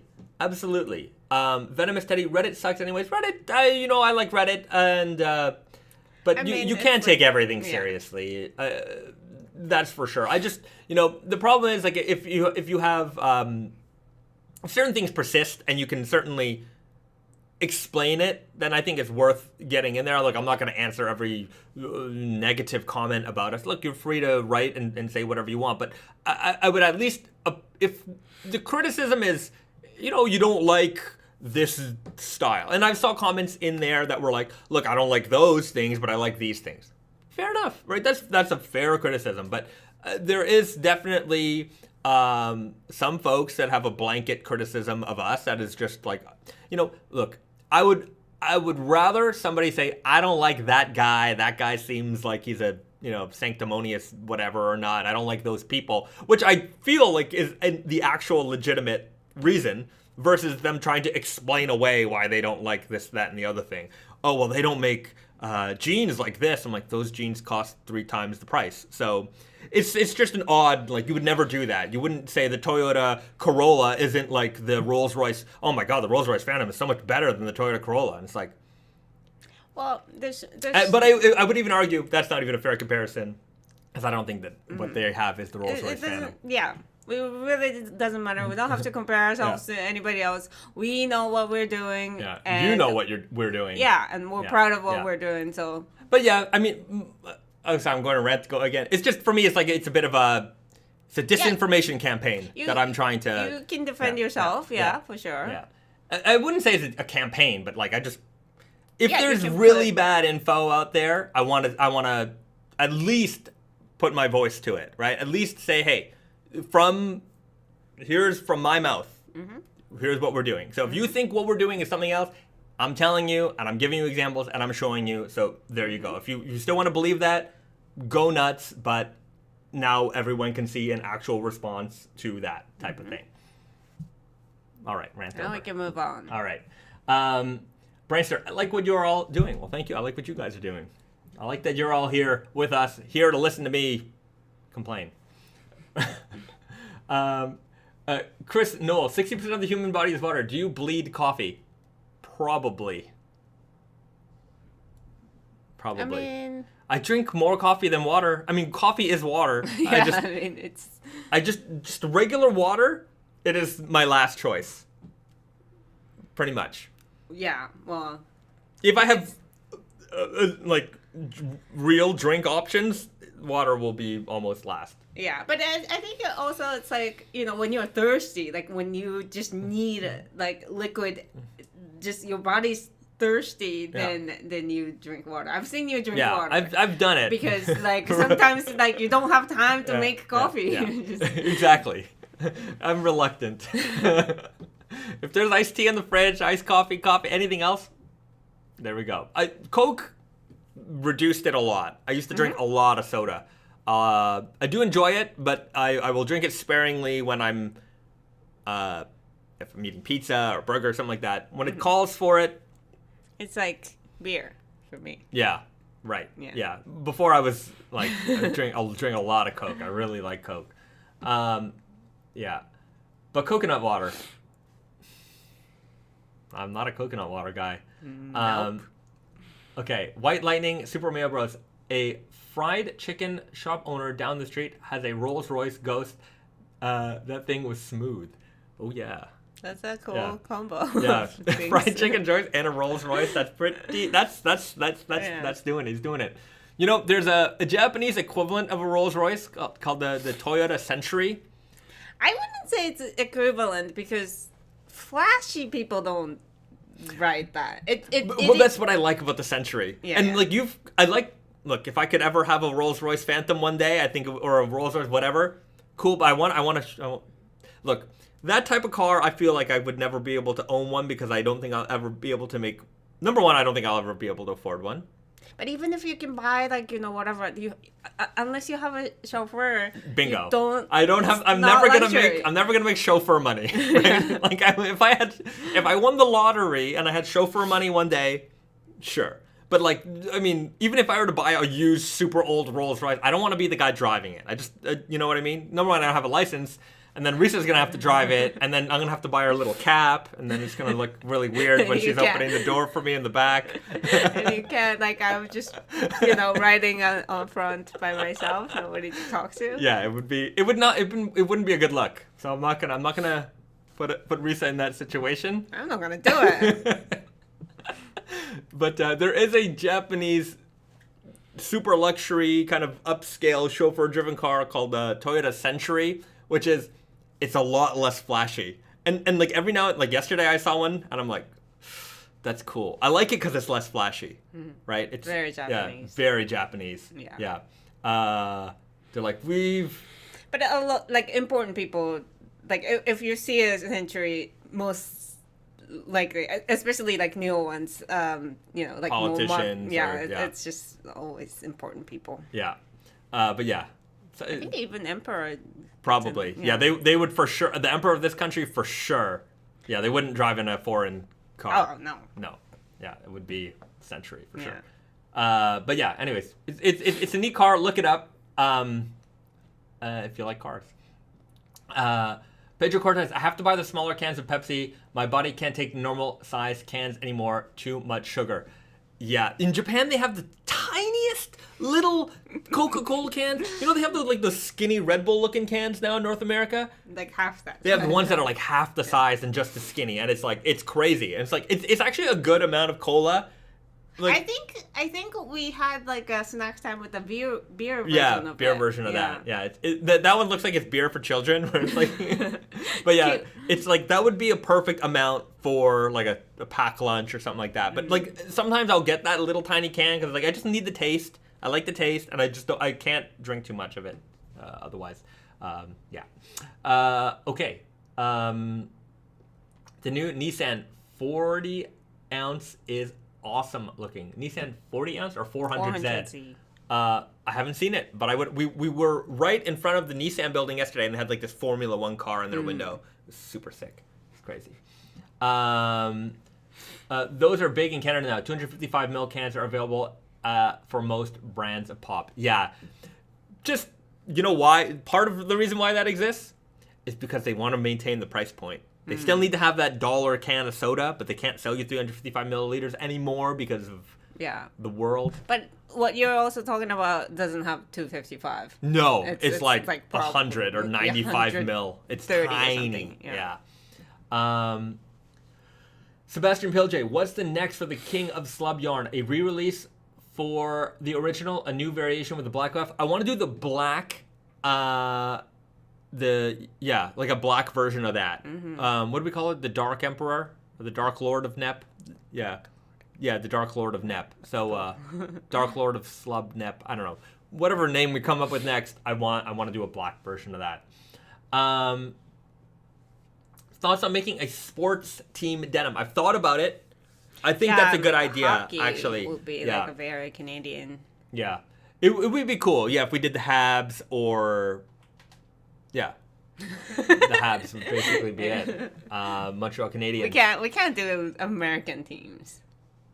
I don't know. I mean, we could, but like, is that gonna like be like it's either all or like yeah, various, right, like, or a not? couple I don't teams? like. Well, I know people who do like a lot of sports licensing, and Is it a package deal? I don't think it is. Like, you can just make certain teams. Flames, Oilers, I mean, yeah. Or, like, the original 6, like, hockey teams. I think it's 6, 8, 6. I don't remember. Like, you could do... Like, you could theme it on that. I think that would be kind of cool. But, yeah, doing every hockey team might be difficult. I think how it would be... The only way to do it, really... given the size of our company, I mean, we're not, we don't have gajillion dollars in sales in stores in every city. So, it would be the same fabric base, but different Selvedge ID colors. So you can have your team colors on your Selvedge ID. And maybe we can partner up with the retailers in that area, Yeah. and then just figure out what teams we That- can support. So yeah, it's definitely something I've thought of. I think it would be appropriate. Disc smoke basketball was invented by Canadians. Interestingly That's enough. what they say. Yeah. Is that true? It was invented by a Canadian in the United States named Dr. James Naismith. And the only reason most Canadians my age know that is because growing up we had these things called Canadian Heritage Moments. I'm sure I've forced you to watch some of those so you can learn about Canada. Wow. But yeah, that's how we learned that the inventor of Superman was a Canadian. I don't remember that person's name, but there was a little heritage moment for that. There was all kinds of heritage moments of things. I like how like Canadians' pride is something that everybody thinks was American. Actually, Yeah, is Canadian. yeah, that was all, like, I've talked about it earlier in the live stream, but growing up, that was, like, half of the propaganda we were fed. It was just like, oh, did you know that Jim Carrey is Canadian? And did you know, it's just like, oh, all these American actors, they're actually Canadian. And it's like, yeah, but they live in LA, and, like, they left Canada a long time ago, But, like, there's a sense of pride that, like, they would try to drum up in us being like, oh, a Canadian did this and a Canadian, and that's fair, that's fine, right? Yeah. But it's like, I feel like it was only being told to us because they were a success, like a successful perceived American. And it's like, but they're actually Canadian, so you're responsible for their success. And I'm like, I think they're responsible for their success. But it's also that like the fact that it's mostly indistinguishable, but Yeah. Our cultures, America and Canada should just become the same country. That's my opinion. I think we should just formally say, you know what? Look, we eat the same food, we speak the same language, we watch the same movies, the same music. Everything is the same, and we live all within like an hour of the border. Unless like you're from like French Canadian, that's background, different. They're different, and it's distinguishable from French or Americans. Yeah. But other than that, you can't. We've really got tell. free trade with America, right? Like we're so like, I don't know, like the idea that like that was another thing we were taught in school a lot. Like, oh, what's the Canadian identity? Oh, we don't have a Canadian identity. I'm like, our identity is like basically, we have there's so much Americanness in Canada. Like, just we're so much the same people. I wish that, I don't know why. I don't think that there's as much animosity now as there was when I was a kid. There was always like this rivalry. But I wonder how like New Zealand and Australia feels about each other. Like, Oh, do you think right. that it's the same thing for New Zealanders to? I'm sure New Zealanders feel like Canadians in the same respect that like people don't know them uniquely. They are like, oh, you're just like Australians, and they're probably like, no, we're not. But the reality might be closer to like, the way Canadians and Americans are, where we're really so much culturally together than we're separate, right? Like France and Italy are clearly different, right? But America and Canada, and we all came over together. You know what I mean? Even the history of the country and how it was all, that same batch of people. So, anyways, that's not denim related. I love America. I love Canada. But Well, I wish that we wouldn't have so many, Canada's it's just better, like America's a better. trivia I'm thing like, that people like. yeah, It's like, yeah. did you know that Yeah. it's Canadian? Yeah. You know. I just don't like the rivalry. I'm like, why are we rivals? We're friends. We're, if anything, we're best friends, right? So there's brothers. Or brothers, right? There's no reason for a rivalry. Okay. Do Canadians get insulted if someone mistakes them for an American? I think that we might have been told that it's, what I remember in school, they would always tell us that, when Americans travel, they put Canadian flags on their backpack so nobody mistakes them as American. I'm like, I've never seen an American less proud of being an American. You know what I mean? I'm like, I don't think any American's ever done that. Never. So, That's funny. yeah. Yeah. I mean, some people are probably personally offended, but as a group of people, I don't think Canadians should be offended. Yeah, no, I don't think it's particularly offensive. I mean, it's easy to mistake. I mean, especially our accents are so similar. Wolverine is Canadian. That is true. From the X-Men, Terry Fox, one of the most famous Canadians ever. I don't know if too many Americans know about Terry Fox, but we certainly did. He had cancer and he was trying to run across Canada to raise awareness. Yeah. So when I was a kid, I used to, my community center had the Terry Fox pool. We did our Terry Fox runs every year. Very, very, very, very famous Canadian. Okay. Let's talk about the 3 upcoming releases. We'll show those off. We'll hop into snack time. We showed off some baseball caps. Okay, there's what's on tap for snack time today? Just wait and see. We've got a couple things coming up. Okay, look, I'm not gonna get into the politics of America and Canada, but leave that for the political channels. I remember watching the Terry Fox story. Right. I mean, he was definitely in Canada. He's probably the most notable Canadian. I think you can talk about prime ministers or this and that, but I think I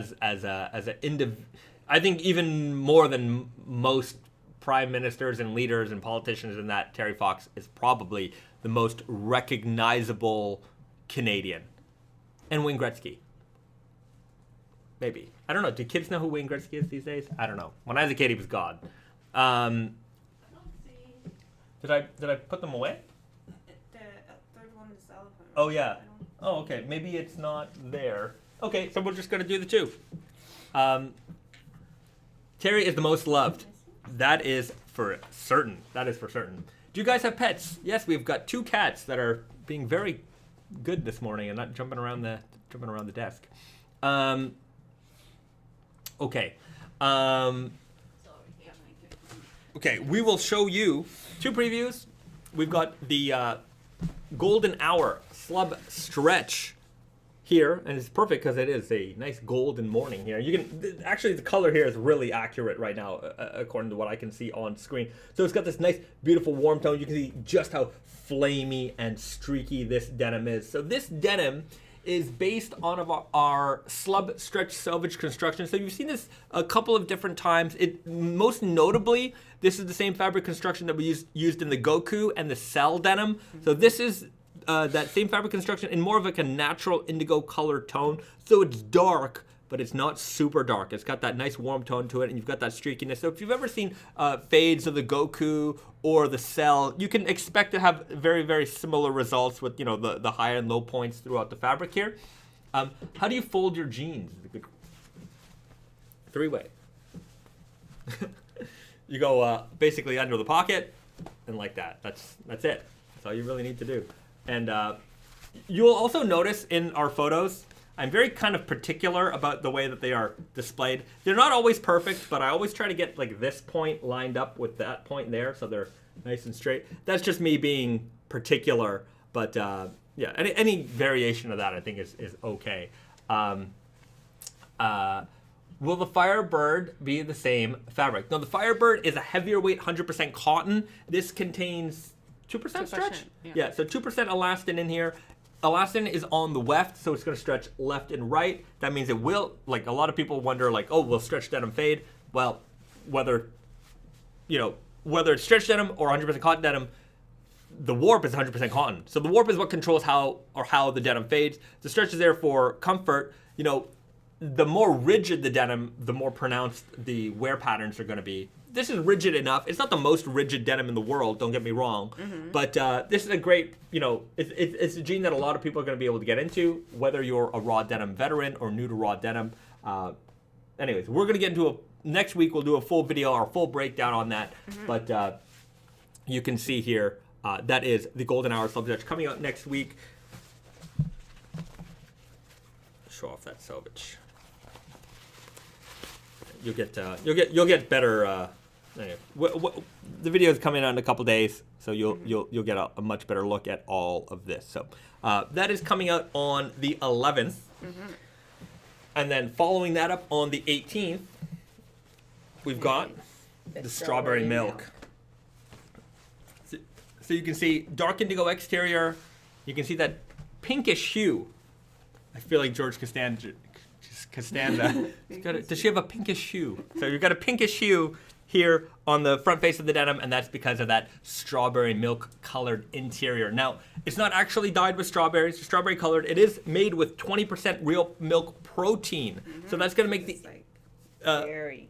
yeah, gives it kind of a silky smooth and cool touch. You will notice it when you put it on. If you want to, we did a video last year on the milk denim. If you check out Iron Snail, he did a video on the milk denim last year. He did a very good take, and you'll see kind of how that inspired this jean. So definitely check out that video. Yeah. And we've got the pull-up leather patch here as well. Yeah. So yeah, you can see that color it looks change. very Yeah. nice. Very, Even though very we nice didn't leather. do the cow for the milk. Yeah. We did the cow patch. Yeah. But maybe that was a little out there. Yeah, this maybe. one's very like nice Yeah, looking. but It goes really well with the pink. But we do have the cow pocket bags, so you still have that on the inside. Yeah. Strawberry milk better than chocolate milk? Maybe. I've certainly drank more chocolate milk in my life than strawberry milk. Chocolate milk is better, in my opinion. To drink? Yeah, maybe. As a denim, I don't know. I have to see. Yeah. The denim will be nice. The denim would be nice for sure. This Yeah, definitely. yeah. Can you show off some of the shirts? I have. You know what? I'll show off my favorite shirt, which is the Coca-Cola shirt. Because I keep that's showing that for shirt. This is fall fall. 22. I don't have the it's not spring coming stuff out right now. Our house. This, if you guys don't know, this is we work from home, so we have all the samples here in our house, and there's only so much stuff you can have out because we don't have that much space.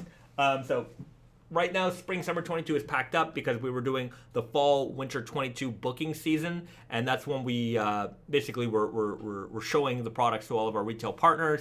So we're doing a lot of meetings over video calls and things like that. We're showing off the new collection, so that's why all that stuff is out. Usually behind us here, but anyway, we moved it over there. So we have all the fall stuff out. So I can show you some fall. I will show you my favorite shirt, which we talked about because we talked about Coca-Cola. Which we've shown like 3 times already. You love just this can't stop talking about it. Yeah, Elephant XS. Sorry, I couldn't find the sample, but next week we can definitely review that here. So yeah, this is my favorite shirt. This is the Repro of the Coca-Cola, like 1950 style Coca-Cola uniform. I just absolutely love this shirt. It's weird looking in the camera to try and adjust myself, but you can see here, it's going to be available in the work shirt. It's going to be also available in a work pant. And yeah, it's a nice shacket. It's a heavier duty, heavier weight fabric. Yeah. And I think it just looks fantastic. It's going to look great with denim. It's going to look great in the fall. It's like this nice salmon color with this green on the inside. Huge fan. I'm going to get Reset to embroider my name on here. Oh, yeah. I'm going to look like a real proper Delivery man. Strawberry milk coming in women's? No. No, unfortunately Sorry. not. But you look, our men's stuff it does work on certain women's body types. We just don't have the smaller sizes. Right. So Yeah. if you can get into the men's fits, give that a try. Riley Bryan asks, Risa, should I go stack guy or super guy indigo power stretch? I like the skinniest fit possible. I mean, stacked guy has the smaller, like skinnier legs, but it does have that, high rise with the, kind of that drop crotch silhouette. So if you're into that, stacked guy would be the skinniest. But, if you just want to wear them like, like I wouldn't say proper, but like, with your waist where most of our other jeans waist is, and, then it would, I would recommend Super Guy. Yeah. It's more versatile. Yeah. Stack Guy's a little bit more of a fashion jean. Yeah. If that's your style, go for it. Yeah. But yeah, you can get equivalently skinny looks Yeah. from both fits. Yeah. Yeah. Okay. Msway, gonna trigger Bezad. What jacket is this, mate? This jacket? Yeah. I don't know. I mean, This is the the retro workwear twill. yeah. The Coca-Cola Repro fabric. Maybe I'm missing something. I might be missing some context here. Yeah. Okay. At what weight do you consider a shirt a jacket? Maybe over 12 ounces. Even 10. Like a 10-ounce chambray I think is this a heavy... like 11 and Yeah. a half or something Yeah. like that. It's very close to 12. Yeah. But- like a 10-ounce chambray is a heavy shirt. Yeah. It's a 10 heavy ounces shirt. is very heavy. Like Yeah. most shirts are like under 5. Yeah. I think. Yeah. So, yeah, I guess that's what I would consider it. If you're Yeah, but using a it's- shirting material to make a jacket, it's kind of like a shirt. But if you're using a jacket material, which is going to be heavier weight, to make a shirt, then I would call it a jacket. But also the shape, right? Like this Yeah. is more like you can wear this as a shirt, you can wear this as a jacket. But our like easy shirt, for instance, Yeah. that's a shirt. That's a Even if shirt. we make that in 10-ounce denim, it's gonna Yeah. be a shirt. Yeah. Just because of the design. Also, I don't know if you guys, I've definitely mentioned it before, but the new back design on the, can you see it? There we Yeah, go. the cross back yoke. Makes these shirt jackets look so much better. So yeah, that's coming to all the work shirts in the fall. Shacket, no Saints rights. Okay. Oh, Msway, I was pulling your leg. It's infectious how much you love that Coke jacket. It is true. If you guys aren't into it, sorry. Maybe I'll show off something else. Hold on.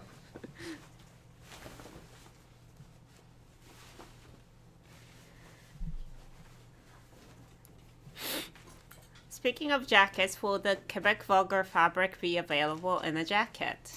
It can be. Maybe. I haven't decided yet. Yeah. Yeah, that's not a bad idea. This flannel. What I was wearing this the other day. I forget for what, but I was wearing it the other day, and this one is amazing.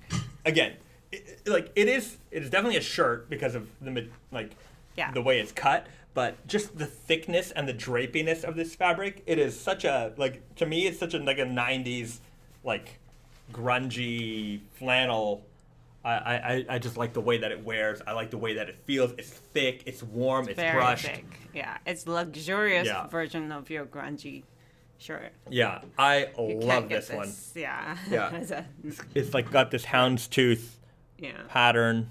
It's very soft. It's dense. It's soft. It's drapey. Boy, is this shirt amazing.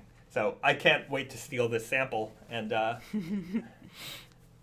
start wearing it for myself. But yeah, I must have been doing a meeting and showing this off, but love this one. Msway, Kurt Cobain kinda. Yeah, I definitely get those vibes. I gotta get those sunglasses.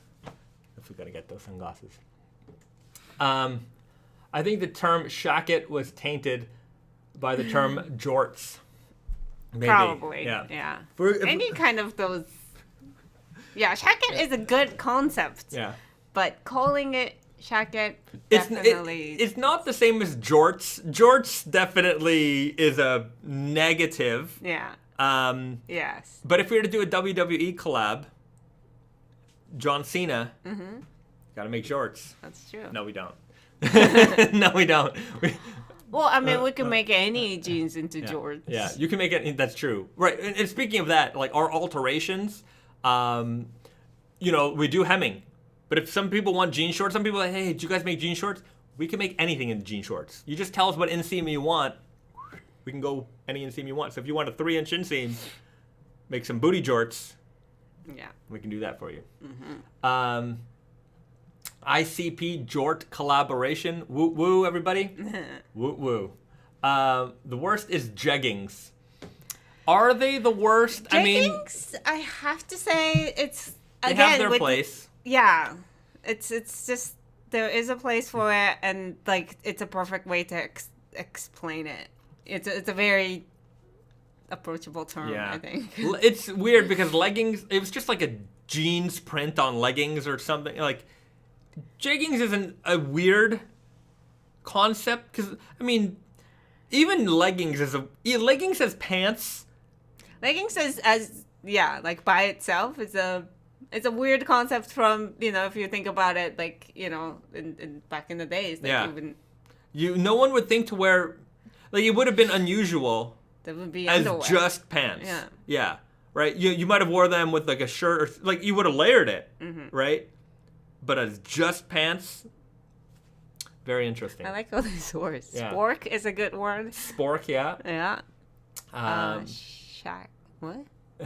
No saints, negative inseams. Yeah, we. Don't put that in your request, please. What is this shackort? Huh? Shackort? Shackorts? I don't know what shackorts are.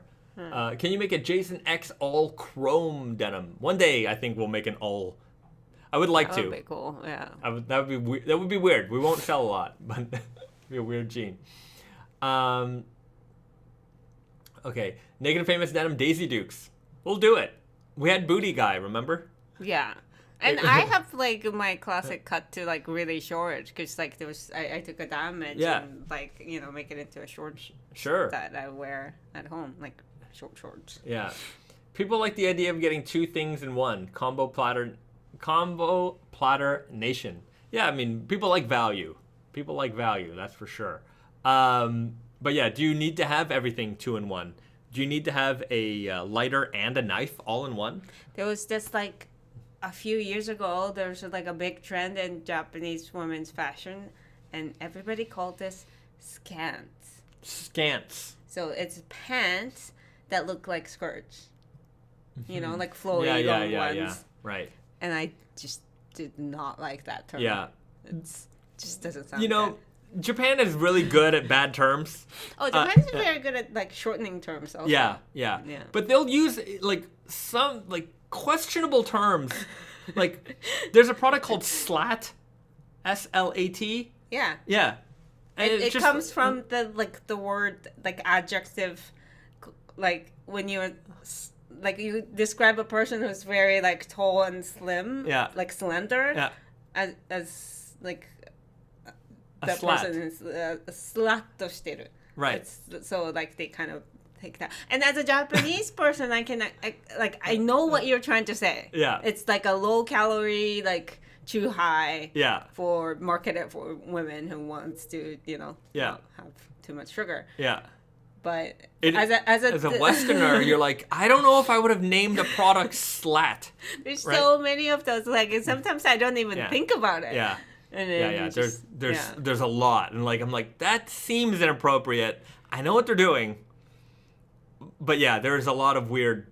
I call it weird just because I'm. Yeah. I am. It might not be weird over here, but it to me it's. Follow him on his personal Instagram. Yeah. He always posts this weird finds. Yeah. What did I find recently that was just it had? Oh yeah, the other day. Kids beer? Yeah, kids beer. Yeah. So they had in the supermarket, they had it looked like a brown bottle of beer, right? And it was like beer for kids. Like literally the English translation of that was beer for kids. So it was just like a fizzy drink, whatever. But it was like I get it, it's and kind I of think it makes the foams. Yeah. Yeah.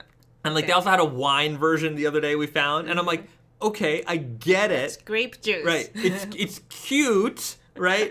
But like it's like in North America, it's just like the marketing meeting behind that would have been like, you're fired. Like we are not making beer, but for kids, right? you know. Yeah. So it is Yeah, or the other day we were at a cafe and it was smoking, like you could smoke inside. And like a lot of people don't realize that you could still smoke in cafes and like certain restaurants, mostly cafes I find they have the Old smoking. school ones. Yeah. Yeah. New ones, they don't Yeah. really allow that. But we wanted to go to like an old school cafe and like person next to us was just lighting up. We had all these old ladies lighting up and I'm just like, I think cool. we're the only ones who weren't smoking in there because those people who smoke and Yeah. want to have coffee, they don't have a lot of places to go. So they go to those places, Yeah. right? And I was just like, this is a time machine. I enjoy the time machine. Yeah, You know? I mean the whole entire cafe smelled like, Yeah. like the tobacco Yeah. smell from like 70 decades. years ago. Yeah. Alky kids sounds like a bad idea. Right. So, anyways, we that's what goes on in Japan. Anyway, you follow me on social media. Sometimes you'll encounter some of the funny things I come across. Okay, you know what? We should get into snack time. No, okay. Let's do that. And we've got, anyways. Greenback. Yeah. Yeah. We've been waiting to try this out because we've had it since like last weekend, and we thought it was pretty cool, and we knew we had to show it off. So get ready because we've got limited edition wasabi Doritos. So I don't think I've ever seen this before. No. And in Japan, Doritos comes in salt, taco flavor, and I feel like there's one more. There's corn flavor. Oh, corn. So corn and salt are different? Corn and salt are different. Yeah. And then tacos. And then there's, what was it? I think that's it, actually. You got the yellow bag, which is corn. Nacho cheese? Or cheese. Cheese. Yeah, Some cheese kind of isn't nacho cheese. Anyways, they don't have the regular American, like the regular American nacho cheese is like the import one, which you don't find at as many places. And it also tastes a little bit different. And then like Cool Ranch is kind of, I think it was like a limited, like random, like I saw it like once, but it's like, it's not, all the North American prevalent flavors are not here. Yeah. Right? So, anyways, wasabi, I thought it'd be Yeah, pretty I like cool. wasabi Yeah. flavored things in general. The unfortunate part is it's got this limited label on it, so you know it's only going to be around for like 6 weeks before. The weird thing about Japanese limited products is they really disappear fast. That's so, the whole idea of limited things. I guess, but like, what if you like it? And it's just like, ugh, it's gone forever. So, anyways, had to pick it up. We got 2 bags, and we're gonna give it a try.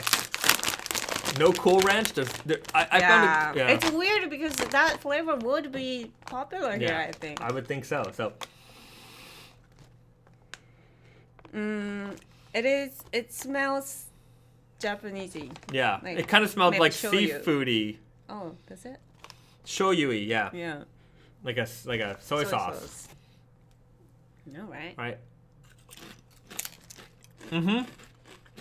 Right away. Oh, yeah. Oh, it's so good. Yeah. It's not the spiciest wasabi you've ever had. But No, it doesn't have the like real kick from back of the nose. Yeah, but it cleared me up a little bit. Oh yeah. Yeah. It does have the like you prepare for it. You Yeah. kind of have that like Yeah, they're pretty. I would say that this is a excellent chip. yeah.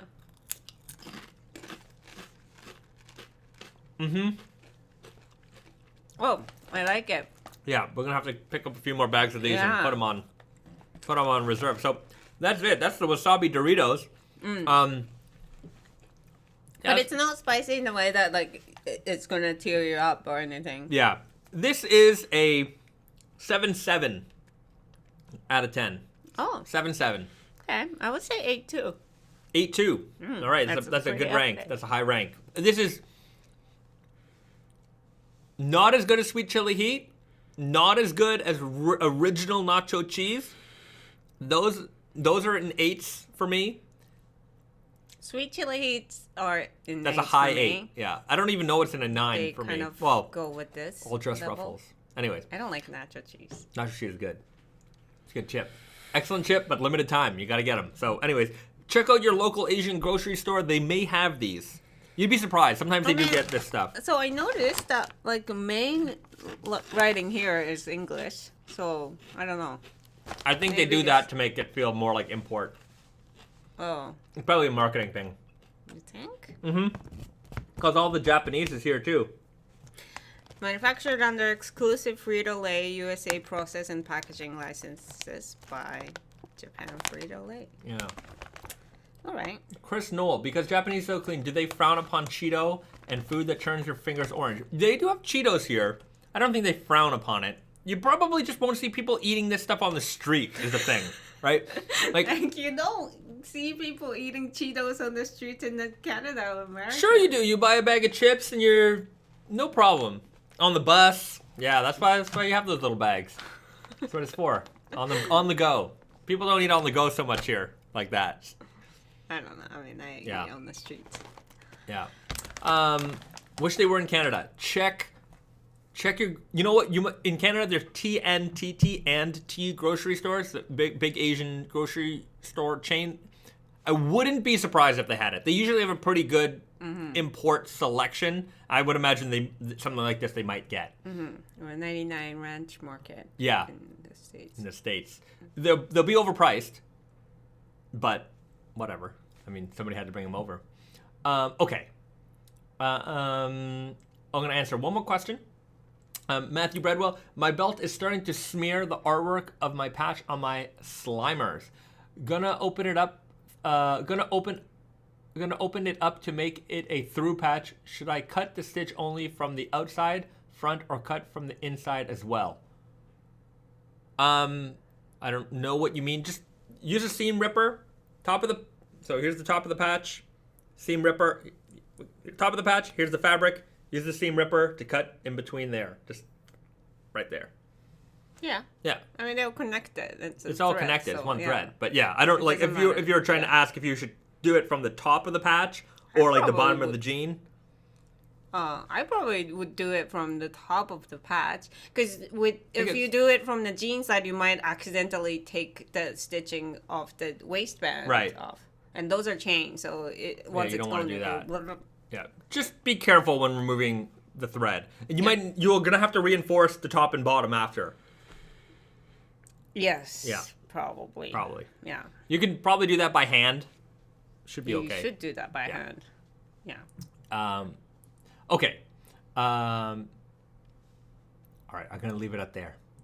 BD, last question of the day. Hit like to will the wasabi Doritos into your local stores. All right, so hit that like button and let's will these Doritos and our number of likes in this video up to the heavens and let more people find this live stream.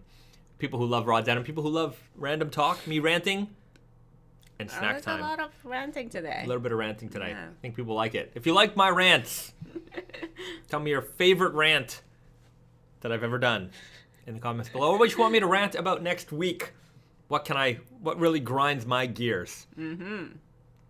That's good section of this. Yeah. We have snack time and we have your rant time. Yeah, grinding gears time. I'll be Peter Griffin. Okay, thanks so much for the chat, Bayzad Reset. Take care. MSWay, thank you, James Morgan. Thank you, everybody, for tuning in to the live stream. Once again, you guys bring such joy to us to help us kick off our weekend here in Japan. If you're watching on the replay, don't forget to hit that like button. Leave a comment below. Let me know where you're tuning in from. We will see you guys again right here, 7 p.m. Eastern on YouTube. Follow us on our social medias if you want to keep up to date with all the stuff that's going on in Naked Famous. Sign up for our newsletter, all that good stuff. Have a nice weekend. Do something nice for somebody. Increase the peace and Increase the peace. increase the peace. Oh, okay. Increase the peace.